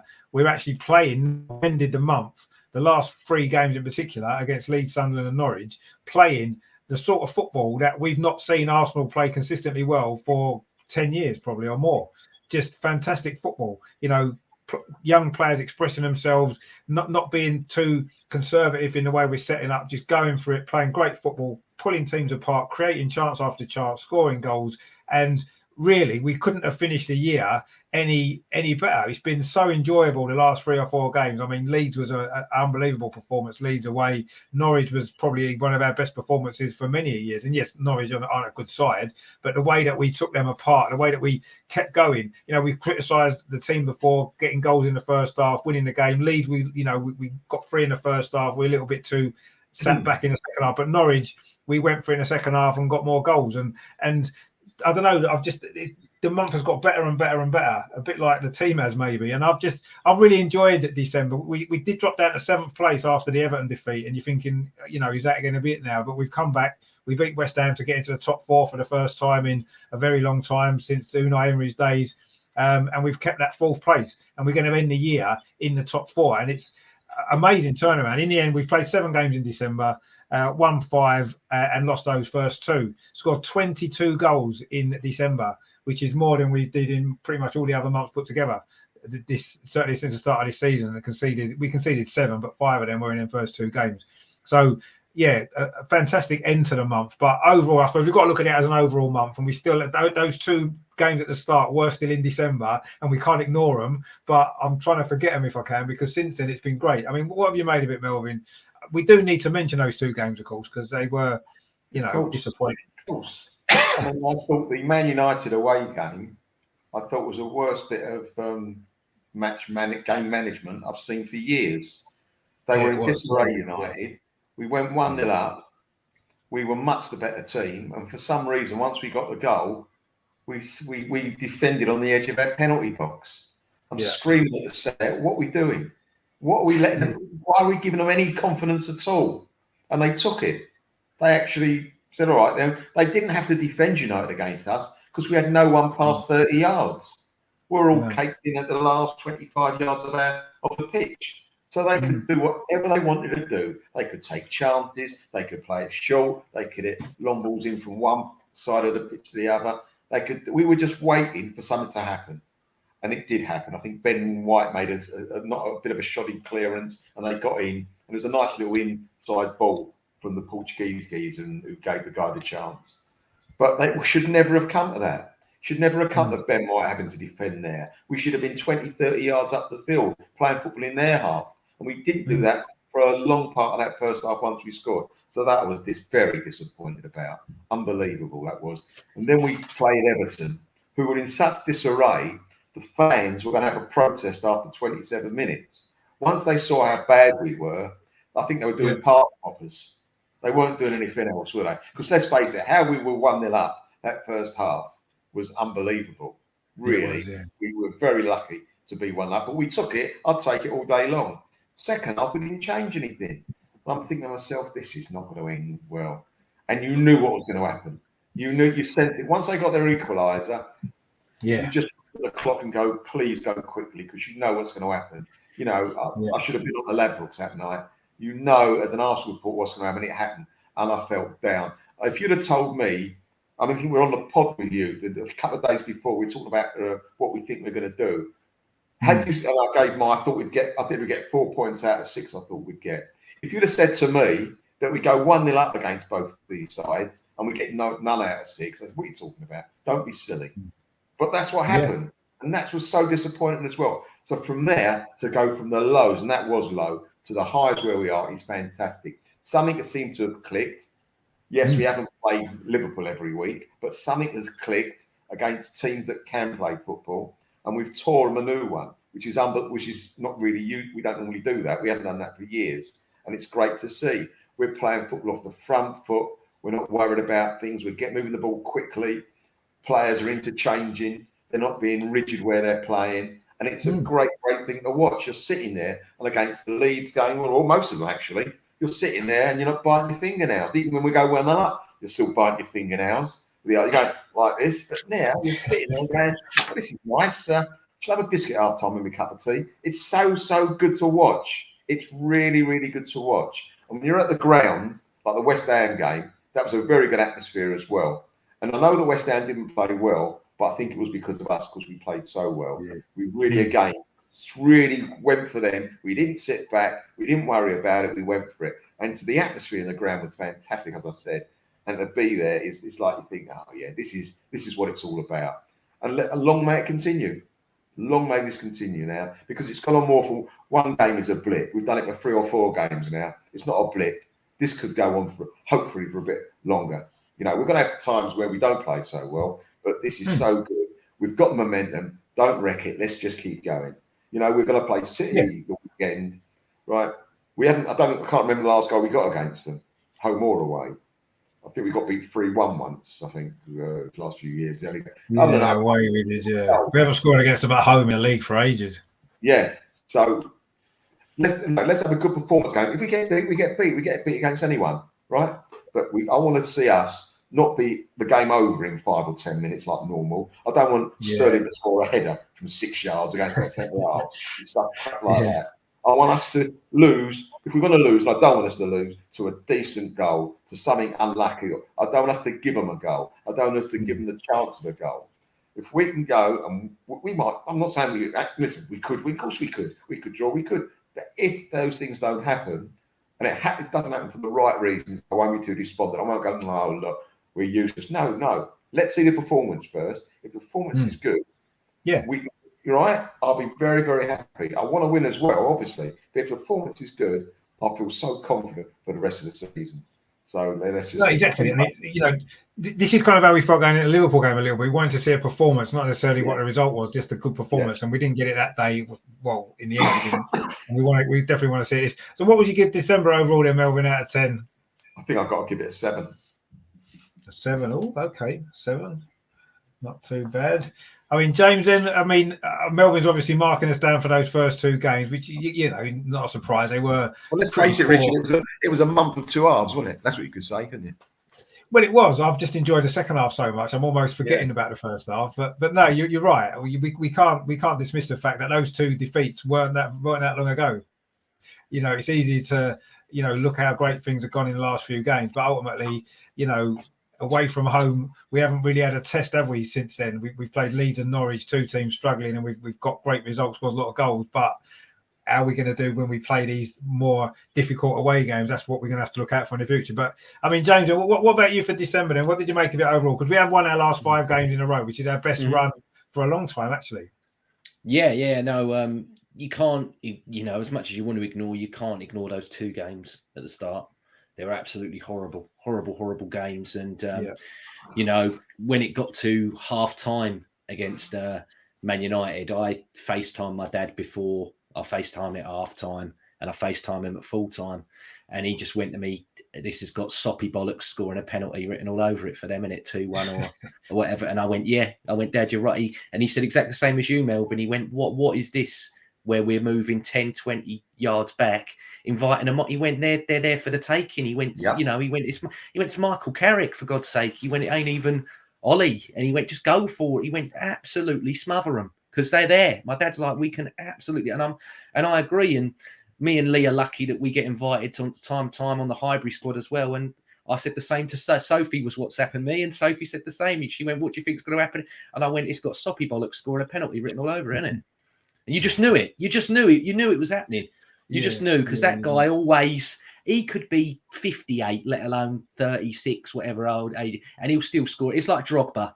Chelsea could wheel out Drogba for when we play, and he's going to score against that. He could be in a Zimmer frame, and he'll still score a header against Art. He's just one of those blokes that is always going to do it. So, it was annoying. And Everton, even more annoying when you look at the Nketiah chance and then the Aubameyang one at the end. And then, we're probably going to touch on it in a minute. So I won't jump the gun, but the club's made the decision. You think that guy's very popular in that changing room. It could have gone terribly wrong for the manager. but he's been backed by his players. He's been backed by the people above him because they've backed the decision. You know, they've not called for him to come back or anything. And I think the way we're playing now is the best. You know, it's funny that the best month of the year is the last month for me. You'd want it earlier, but yeah, this is a fantastic little, you know, and long may it continue. I mean, this next month coming up, he could be out of everything. So this is the one to judge him. You know, January's so massive now. Like these next 5 games that we've got is either going to define our season or ruin our season for me. So, and even like I said earlier, even though he's not there on Sunday, you know, he's had plenty of time with the Wolves game being cancelled. And, you know, we're managing to do this all through the wonderful world of technology. So that guy with his, you know, AirPods in, Stuyvenberg, whatever his name is, he's going to have Arteta on speed dial, I think. He'll be the only one who can hear him. Normally, we all see him screaming and gesticulating from the touchline, but I think Stuyvenberg's going to be the only one to hear it and see it at the weekend. And dare I say, at the moment, I think stylistically, we play the best football along with Man City at the moment. I don't want to be biased, you know, I don't want to try and be overly biased, but I find Chelsea very boring to watch. And Liverpool have regressed, and Liverpool sort of seem like us in that if they don't get their individual brilliance from their one player, nothing happens. You know, I thought they were terrible against Leicester. I thought they were absolutely, and for me to say that about Liverpool is quite telling. So if we keep on, I think, you know, we're looking at top 4. We could probably catch one and maybe get top 3, which is even better than, I mean, to get top 4 is better than what I said from the start of the season. So yeah, very, very, very excited. And it's the energy at the moment. You know, it's infectious. You know, you look at the Norwich game, you got Granit Xhaka doing it around the world, you know, bouncing the ball off his neck and rolling it around. Second half, you got Rob Holding doing a Cruyff turn and then getting in the box because he spun the player and everything. I think it's just all infectious. I don't know if it's just Martinelli on his own coming in that's done it, but he's definitely something that's kicked it up a gear. I don't know if they've put something in the water or whatever else, but there's definitely a vibe, dare I say, there that's caught on, and they haven't looked back. And yeah, like I said, long may it continue, please. What would you give it out of 10 in December? 7. 7. Okay, no, 7 seems fair. It doesn't seem very, you know, there was only 20 days between that Everton defeat and Norwich. 20 days, and look at the transformation in those performances from Everton to Norwich, and we've had no break. What went in between? Other teams have had the breaks. Yeah, I mean, incredible transformation in performances. Really, I mean, Lee, you must have enjoyed the way December's built towards a crescendo at the end.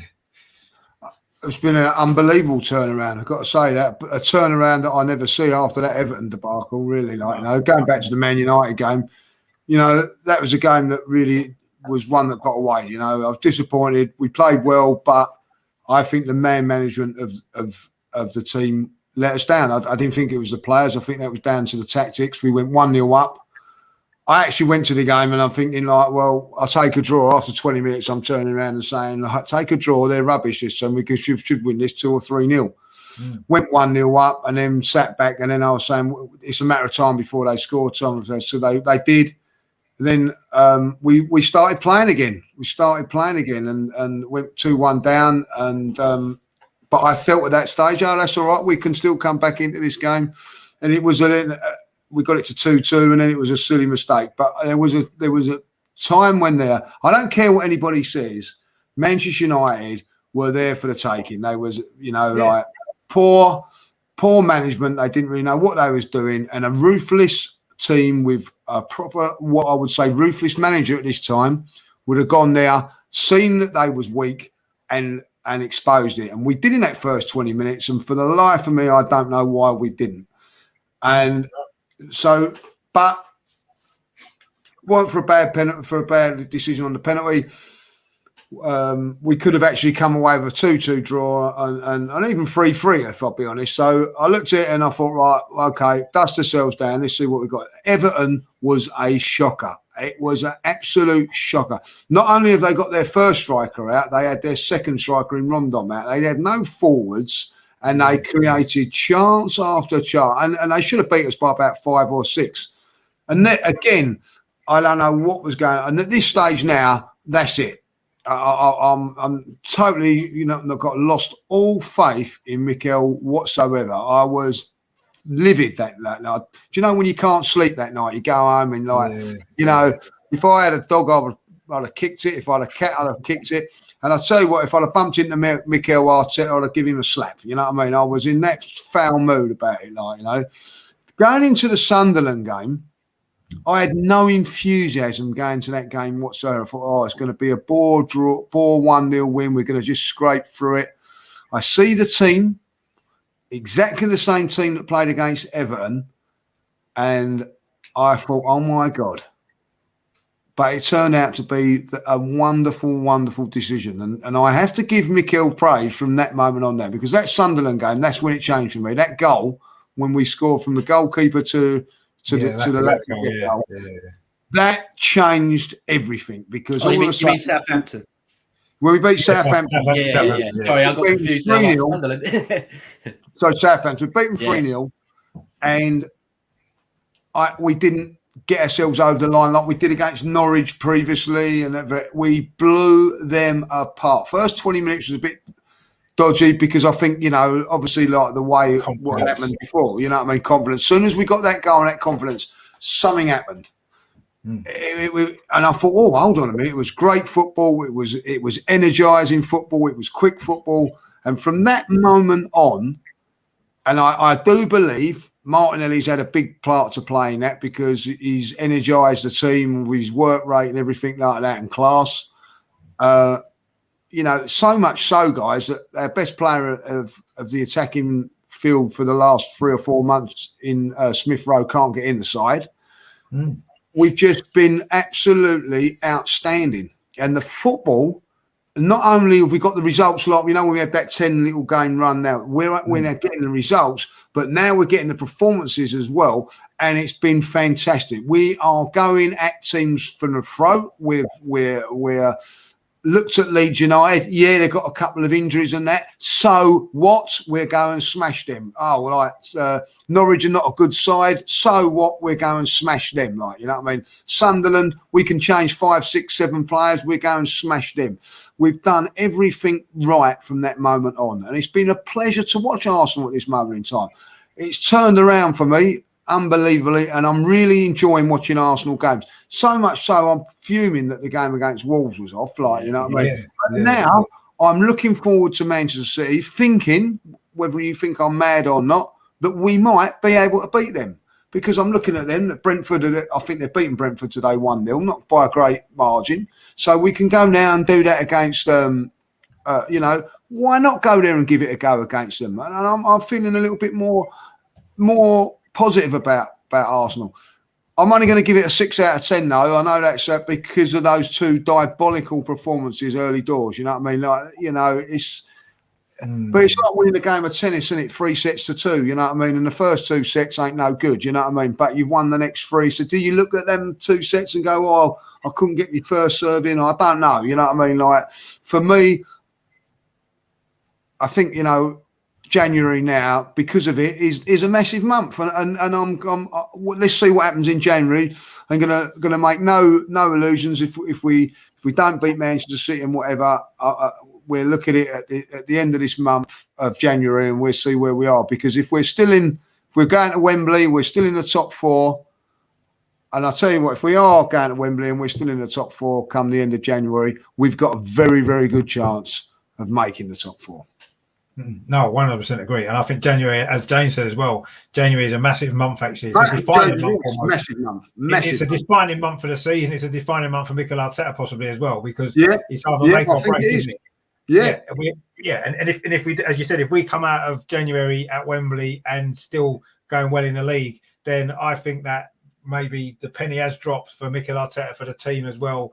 And I think that's, we can push on from there. If on the other end, we're out of the cup, we're out of both cups, which could be a possibility as well. And we've lost a couple of league games. We've got Spurs to come as well in January. So, it's a massive month, but we couldn't go into it in better form. And I think maybe a 6 is a little bit harsh for December, actually. I know what you're saying about the first 2 games, but I think the way we've played since, I've not enjoyed watching Arsenal play as much in the last couple of weeks. No, I must admit, it's been fantastic to watch, but I'm not forgetting those 2 games. Sorry. No, I mean, don't forget them, but maybe, I don't know. I'll maybe think maybe a 7 perhaps for December because, we've recovered well. It's so nice. Yeah. So Shane says there, thanks, lads. Great stream. Excited to see what next year brings for our young scene. Exactly. Yeah. He says, Happy New Year, guys. Hopefully the world gets back to a bit of normality next year. Yeah. Happy New Year to you, Shane, as well. Thanks for your support as a channel. Great to see you again. Well, that was 2021. We actually we played 55 games in all competitions. We won 31 actually, which is pretty good. We drew 10 and lost 14, which maybe isn't quite so good. But anyway, overall, it's not a bad record. We scored 102 goals in the end, although most of them did come in December. We conceded 52. Most of those came in August. So, if you take those 2 months out of it. One goal a week ain't too bad if you look at it that way. Well, yeah, I suppose not really. Yeah, that's pretty much how it is. So, but yeah, I mean, overall, I think we've seen progress over the year, haven't we? And I think we can all maybe see that now, and it's starting to really come into fruition in the last couple of weeks, which is great. But it's only the start, isn't it? January, as we said, we've got to push on and keep this run going and show that we can compete at the top level with the top teams, get through in the cup, keep getting points in the league in some tough games, and hopefully we can then see a brighter future, because it's been a tough few years. I think we all know that, and even 2021 had some tough moments, as we said, earlier on in the year particularly, but at least it's finished well, and at least we can sit here today looking back on the year with a little bit more optimism because of the way we're turn things around, and I think that's all we can really hope for. Before we finish, though, we do need to do a couple of end of year awards. I think is going to be good. So why don't we start with? Let's have a look.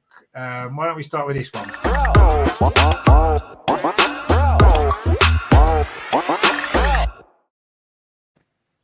So match of the year. Then I've got 3 that I think were the performances of the year.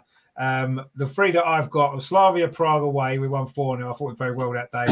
The game that was in the picture there, Spurs at home, we won 3-1 this season. And the recent game against Norwich, I thought we were brilliant from start to finish. But no doubt you guys might have other ones. What do you think was the best performance of the season, the match of the season, Melvin?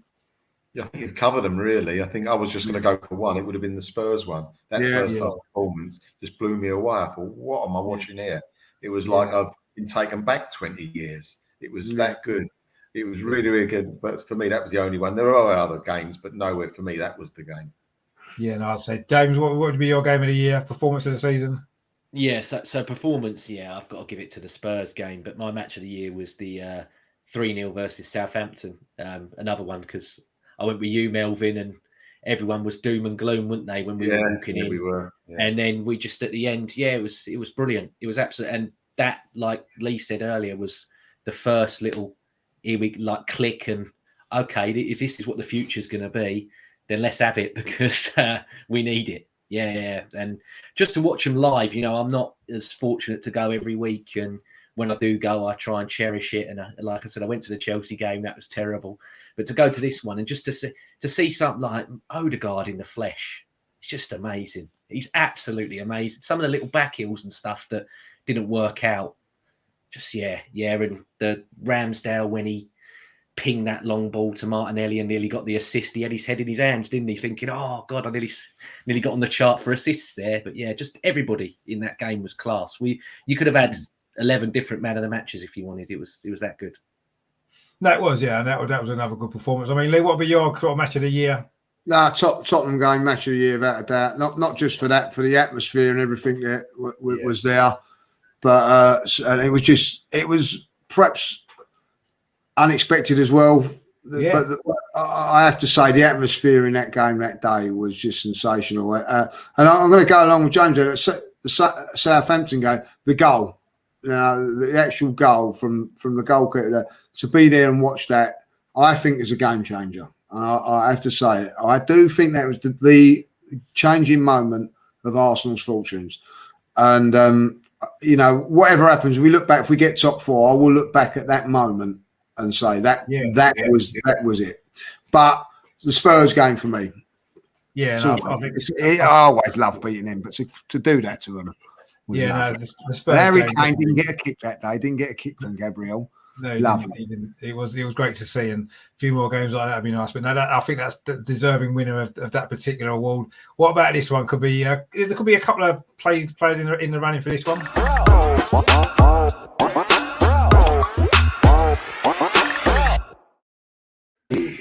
obviously quite a lot of signings that we made throughout the year in the end.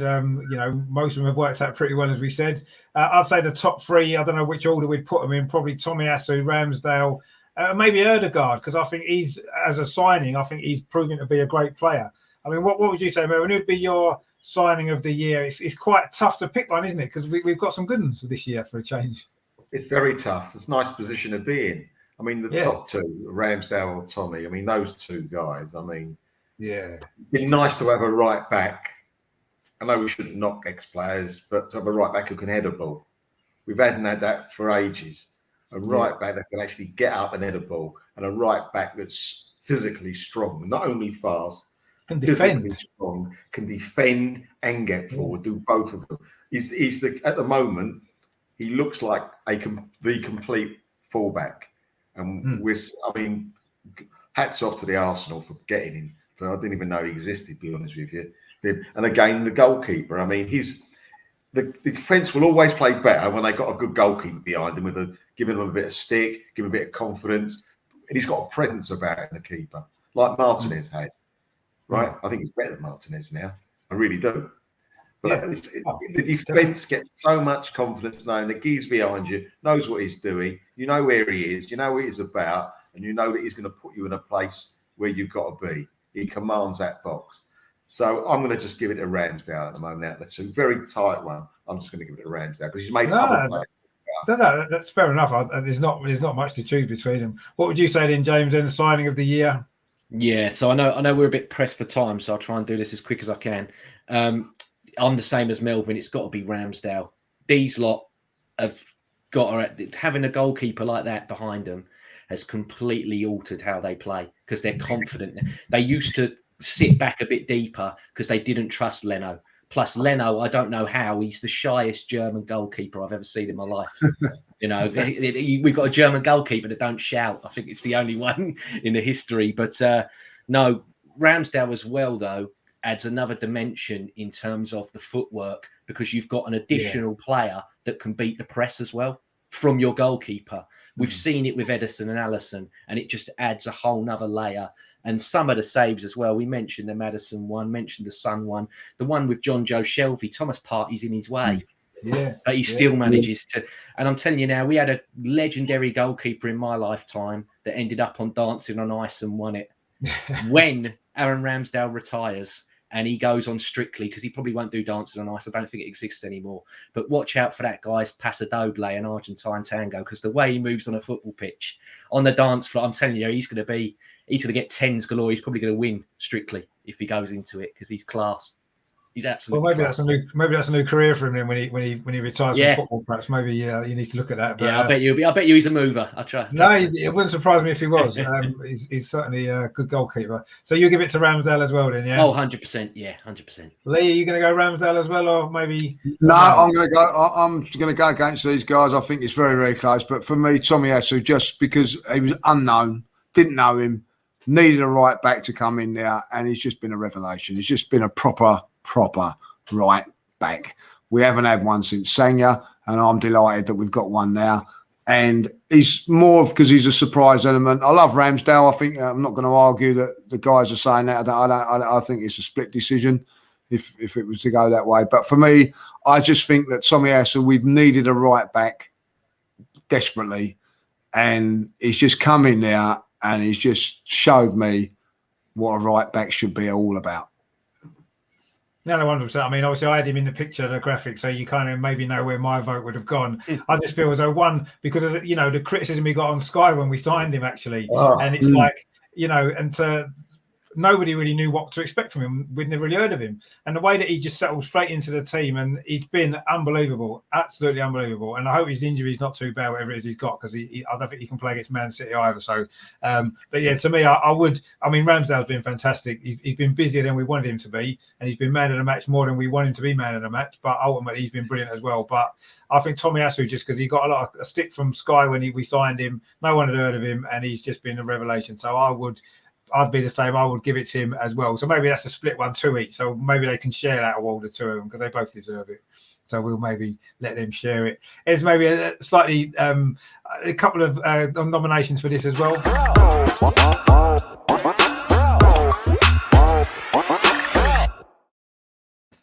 sort of moment of the year. Obviously, the picture there of Charlie Patino getting his first goal. That was a great moment in the year to see him come off the bench and score on his debut. There's been a few others. I think the Lacazette goal against Southampton, as Lee mentioned, was maybe a turning point in the whole season. So that's got to be up there as one of the moments of the year, really. That Ramsdale save at Leicester as well, I thought was a great moment. Replayed a lot on the telly. There's been a few actually. I mean, what would you say, Melvin, if you had to pick one, maybe defining moment of the year? This is might be a bit controversial. Arteta dropping Aubameyang. Oh, I like that. Yeah, that was a big moment. Cheers, Melvin. I'm sorry. my whole thunder has just been taken away. Oh, was it? You were Yeah. saying that as I well. was thinking outside the box It's there. great minds. No, Right? no, great minds. Great minds. Anyway, Yeah, I mean, that was a big moment in the season. I mean, I was looking at it more on a positive perspective. It's been a positive for the way the team It played, is a but positive. It's brilliant. It's been a positive because Martinelli's come in and absolutely, smashing it. But yeah, I mean, that's a good shout, actually, to be fair. That was a big moment in the season, in the year, without a shadow of a doubt. And it's made a massive difference as well. So, yeah, I didn't think of that, actually. But yeah, that's what you was going with as well, was it, James? Yeah, I thought I was clever putting it as well, but yeah. No, it is a good shout. It really is. It's been the best, decision for this team anyway that we've made, and I think he's lucky that it's took us to the December, because there were signs, even though you said he got the hat tricks and there were signs last season, although he had the illness and everything else, that this was a guy that was on the decline. And one thing I will say, there's been a lot of stick that's been thrown Arteta's way, but every mistake that he's made, and he's made quite a few big ones, he's always rectified. He got the goalkeeper situation wrong. He went out and got another one that's arguably better than the two that we had previously. The Willian decision, he got rid of that and said, no, I'm going young instead of buying these elder players or these loanees now. That's all proved right. And since getting rid of Aubameyang, we've gone forward as well. So, onwards and upwards, hopefully. Like I said, next month. That's a decent shout, actually. I hadn't thought of that as being the moment of the year, but it probably is up there. I've got to agree with you, actually. Lee, what would you say, moment of the year for you? I'm saying the goal against Southampton. I know what the guys are saying there about Aubameyang, but for me, that was it. That was the moment. That was it for me. And I still think, that will be the... Come May, we'll be going. That will be the turning point. They might actually say Aubameyang as well, so it's a very good shout. But for me, I'm going to go. I'm not going to be as controversial as those two. No, I mean that's a good positive moment, and it was a great goal, and it could be the thing that's changed the season. I'm going to probably go with the Charlie Patino goal. Just that was a great individual moment for him, and it was great to see one of our young players come for our academy. We all know how great he is, and to come on, make his debut, and get a goal. Within a few minutes of coming on, I thought that was just a great moment, really. Yeah. Just coming just before Christmas as well. It's fantastic. So, but I mean, obviously, Aubameyang got 2 votes here, so that's probably going to win that award then for the moment of the year. And a surprise for me. I must admit, I wasn't expecting that, but that's a good shout. That. And we've got two more to go. Then we'll go with this one next.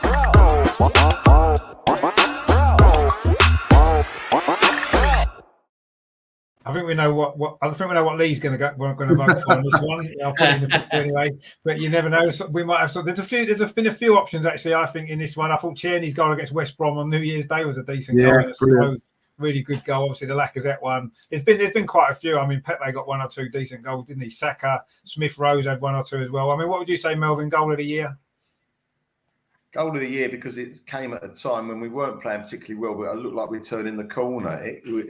We weren't playing a particularly great team, but in that West Brom game, I like Saka's goal, where I think Smith Rose, the little passing movements, Lacazette turn, move into space, and it was a beautiful movement, something we hadn't seen for ages. It was none of this, this sideways football. It was direct, something different, spinning a player, going in front of the centre forward, which I love to see, and him just touching it in.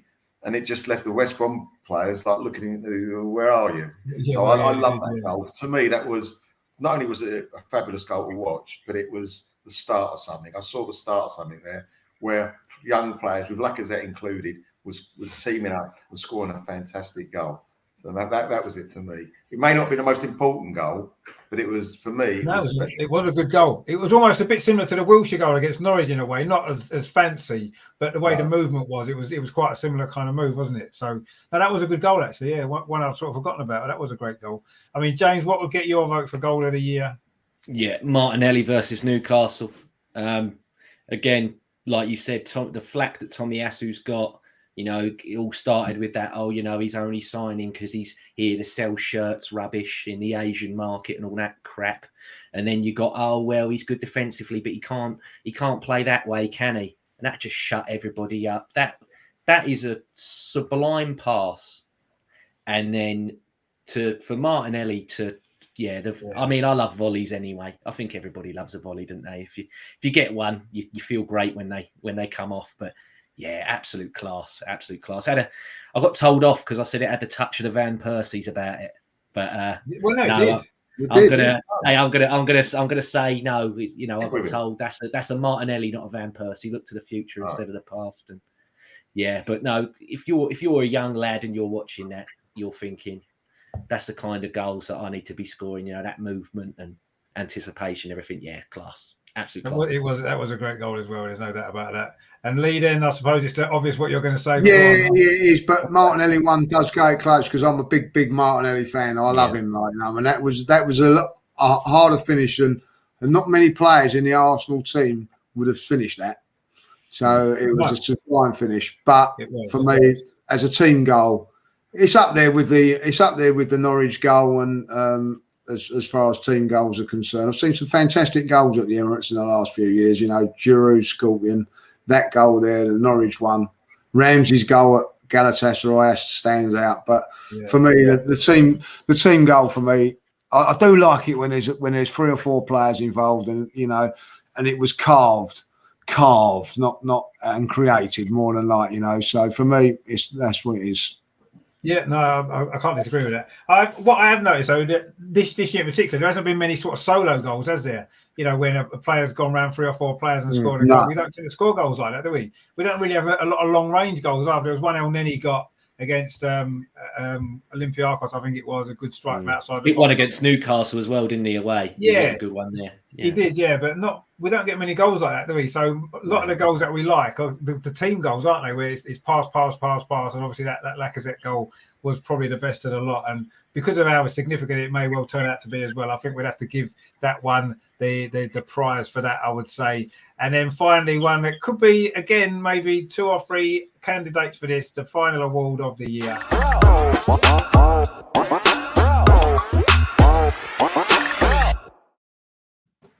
Obviously, don't be influenced by my picture there of who may well end up being my choice, but we'll see. Melvin, Player of the Year. It's a tough one, actually, because there's been a couple of big candidates that stick out. But who will you go for? Over a 12-month period, you've got to give it, in my opinion, to Emil Smith-Rowe. He's transformed the way we play, I believe. He's changed everything. I'm not saying he did it by himself, but he's been the catalyst in us playing this one-touch, moving pass football. He came on against Chelsea in December. But since then, and he played terrific, since then our whole attitude in certain games has changed. And other players have learned, he's only a kid, but other players have taken on board what he's doing. And they're playing like Odegaard with him, Saka, Martinelli, these guys now, and Lacazette as well, they're all getting it. They all get it. It may not have been just because of him, but I think he might have been the catalyst to play this way. He gets the ball, he's got one thing on his mind. Actually, when he gets the ball, he knows what he's going to do before he gets it. 3 minutes before, he knows what he's going to do. He gets that ball and he knows he's going to go forward, looking for the best way forward. And he's got it all. This kid's got it all. And I know that I love Martinelli. I think he's unbelievable. Saka's fantastic. Odegaard's very good. That's the way I would say. But for me, he is something special. His movement, the way he caresses a ball. He doesn't kick a ball, he caresses it. And I love watching him play. I mean, I'm not putting him, he's no De Bruyne, right? But when I watch football, like Match of the Day or as a match on live, I'll watch it. If Man City are playing, I'll watch them only if De Bruyne is playing because I love watching him play. He does a similar, he talks to the ball as well, De Bruyne. He gets the ball and wants to go forward. He's that type of player. And to me, Emil Smith Rowe is in the same kind of mould. We haven't seen enough of him yet. Seen a year of him, and what I've seen, I love. He could be up there. Really, he could be up there. He plays with a free spirit, which I love. And I'll say that's what you pay money for, to watch players like that. So for me, he gets my vote. No, I mean, you can't argue with that at all. You've put the argument across very well. I mean, he's had a great year, and he has been a catalyst for the transformation in the team throughout the year as well, I think. And that's a really good shout. James, have you got anyone different in mind? Yeah, the guy that was in your photo. For me, it's got to be Saka. He scored 7 and got 10 assists last season. Arguably carried us, was our best player. And so far this year, he's got 6 goals and 4 assists. And again, it's the young players that are carrying us again. I mean, you could have a serious shout here and go for Lacazette because he was the top scorer last season. And, he's been brilliant this season in how he links up with the younger players. They clearly all love him. He's another one that's a big shout. Smith Rowe as well. Big shout. Martinelli, if he was brought in earlier, probably we would be saying even more, but I still think he's a bit too young for him. Gabriel's a good shout for this season. But no, for me, it's got to be Saka. We saw what happened in the summer. We had these absolute toss pots after he missed his penalty and everything else. And I said at the time, when Beckham did what he did, it's not comparable because, it's racism. But, they were all burning the effigies of the lad and everything. And you were just like, oh my God, this is so. I mean, I was only 6 or 7 at the time, but even I was like, this is bad. And you looked at it, and he grew, didn't he? Won the treble the next year, and and he just got better and better. And I feel the same for Saka. I think Saka's going to get even better. He's going to, he's giving it back now when he's getting kicked as well, which I like. He was lucky against Norwich when he booted the Man United lad on loan in the arse. Yeah. He's giving it back now, which I like as well. But he's sensational, and we just got to do what we need to do because we've got to keep these players here. We've got to keep them happy because people are going to bid on them. I mean, if Jack Grealish is a £100 million player for the return that he gave last year, I think Smith Rowe and Saka are doing better than him at the moment. So God knows what they're worth if he's a £100 million player. Well, exactly. I think Smith Rowe's a better player than Grealish anyway. Yes, I know. He's going to become an even better player anyway, isn't he, over the next few years? But I mean, Saka's a great show. Obviously, he was in the picture there. Lee, who would you go for? It's quite tough actually because Smith Rowe has had an outstanding, stellar season, and I do agree with what Melvin's saying. He's come in there, and I think has been a revelation and turned the season around and all that time. But just Saka over, just Saka. He's just been over the year. Benfica, we were struggling. It was him that put the cross in. There were times last season when I think that he carried us, and realistically, but be honest, those 2 kids shouldn't be carrying Arsenal Football Club. And it was at times that Saka was last season, and I think he's just getting better and better and better. And with the Euros as well, he's in the England squad. And this has been a stellar season for Smith Rowe. But, Saka for me. But not by a lot. And that just shows how well Smith Rowe's done. But Saka for me. Yeah, no, I agree. And I think what maybe swings it a little bit more, I mean, the fact that what Saka did at the Euros as well, he made a massive impact. And when was the last time a young Arsenal player has made an impact at a tournament for England? It's been a long time coming. And I enjoyed, for that as well, the fact that he wasn't out of place at that very top level of European football, was he? He's not playing in the Champions League. He's not playing in the Champions League for us, but he went there in the Euros and he was fantastic. And then he's carried that form on this season as well for Arsenal. And he would just shade. And I think you're right. He would perhaps, it's just a matter of shading it from Smith Rowe because Smith Rowe has been fantastic and Smith Rowe is going to grow and become a fantastic player. Martinelli as well. I think this time next year, we'll well be sitting here probably saying Martinelli's in with a shout as well because you can see him going. And Odegaard. Yeah, and possibly Odegaard, and hopefully Smith Rowe and Saka again will be in with a shout as well. Tommy Asu and Ramsdale and all these other players. So it's good to have that option, but it's great that we've got 2 young English players that have come through our academy that are now, as Lee said, carrying the team, whether they should or shouldn't be, the fact that they are. And that they're 2 of our young players that's come through the Hale End Academy. It's fantastic to see how they're developing. And for England as well. Smith Rowe got his goal for England on his debut. He's going to become a regular in the England squad. Saka's already a regular in the England squad. Seeing those two develop this year has been the highlight of the whole year for me, actually. Seeing how those two have developed in our team and for England as well. So it's a great way to finish, to look back on the year with the two greatest young English players that there are at the moment, and it's going to be a great year for them as well. We've actually got a Tottenham fan. The True Sets Free is a Tottenham fan. He says, "My friend, I missed you. Great legendary panel. Come on, you Spurs, though. You know the truth." Well, we know the truth exactly, and it's definitely not that.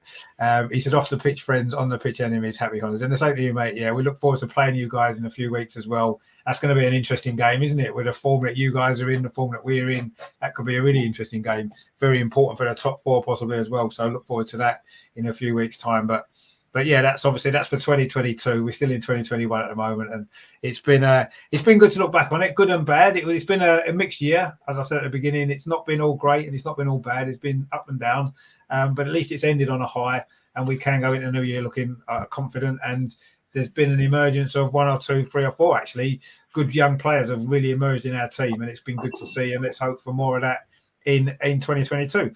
Melvin, thank you very much for coming on again. Always a pleasure. Where can people find you? On this channel mostly, and also on from Dial Square to Where, and also Ryan at Arsenal 89. No, thanks for inviting me on. Always enjoy it. Thanks very much, and great to be on this panel. Thank you. Always an absolute pleasure. And James as well, coming back again. Obviously, you've been on once before a few weeks ago. It's good to get you back on. Did you enjoy that? Yeah, no, I appreciate it. It went by really quick. You know, it says in the timer 2.5 hours, but that's flown by. For me anyway. You might have been bored with what I've been saying, but it felt like it went really quick for me. So no, I appreciate it, and thank you very much. And cheers for having me on. Obviously, give your channel a shout as well, because you do. So the Twitter's at LLCoolJames91, and then I've got James Johnston Football on YouTube's my own channel. It's been a bit dead for a while, but I'll probably resurrect it soon. And then Purely Arsenal FP's the podcast I'm on, but I am available like I am tonight. If anyone's got one and want me on, if I'm free, I will come on for you. Always happy to talk Arsenal with great like-minded people like yourselves. And you're a great guest to have on as well. I appreciate that. Thank you. And of course, last but not least, Lee, always a pleasure to chat as always. And of course, you've got your own channel now. Of course, since last time you were on, you didn't have a channel, did you? But you have now. No, Lee Judges TV, so if you want to go over there and subscribe to that'd be fantastic. So it's going really well, buzzing how well it's gone and how quickly it's grown. So well pleased with that, So we'll get you guys on as well. I have to have you on, So we'll get that sorted, So in fact, I really enjoyed that tonight. It was really good, really refreshing. So happy New Year to you all. Happy New Year. Likewise. And congratulations on the channel as well. It's going really well, and it's a great stuff on there. I watch it all the time. You and Potsy do some great things, and that's great to see. Good to see Potsy on there a lot as well. Yeah, Potsy's a good guy. Good guy. He's a very good guy, so it's good to see him as well. But now that's been really good. So it's been really good to have all you guys on. If you, I'll say, don't forget to obviously subscribe to Lee Judges TV as well, and to James's channel as well, and just watch for Melvin on this show really mainly, and the other shows that he's on. He's always a good guest to have on. And he wore an Arsenal shirt for us tonight, because we moaned last week he was on and he didn't have an Arsenal shirt on, so he's put one on today for us, which is nice as well. Got the moths out of them, it's fine. It's a nice shirt that as well. Yeah. A little bit different. Sorry, I didn't get the memo. I just went with the grey hoodie. Sorry. No, that's fine. It wasn't really a mirror. It's just that last time there was 3 of us on with Arsenal shirts on, and Melvin didn't, and it was like, why hasn't Melvin got an Arsenal shirt? No, he understood the assignment tonight. That's he was on form tonight, which is good. So that's always good. So yes, I say thanks everyone for watching, all the guys in the chat as well, and obviously to Melvin, to James, and of course to Lee. We look forward to the next one. I'll be live again. Actually, I don't know when at the minute, because there's so much stuff going on. If the Man City game's on, I'll probably do some stuff on that. If it's on at the minute, there's still a bit of a doubt, isn't there, with Mikel Arteta testing positive for COVID and stuff. So let's hope that the game can go ahead, because we're in good form. Maybe not having him on the touchline might help us, actually, without him constantly badgering the players. They might be able to relax a bit more, and maybe we'll see. But anyway, let's hope that game goes ahead on Saturday, isn't it? Early kickoff. Yeah. So we'll probably, if the game's on, we'll cover that game and a few other bits and pieces as well. So there's a lot of stuff coming up anyway. So please share and subscribe and like the show. And we'll see you very, very soon. So thanks to Melvin, to Lee, and to James. And we will, hopefully see you at the weekend for the game. Happy New Year to everyone. and we'll see you in 2022. Come on, you Gunners. Come on.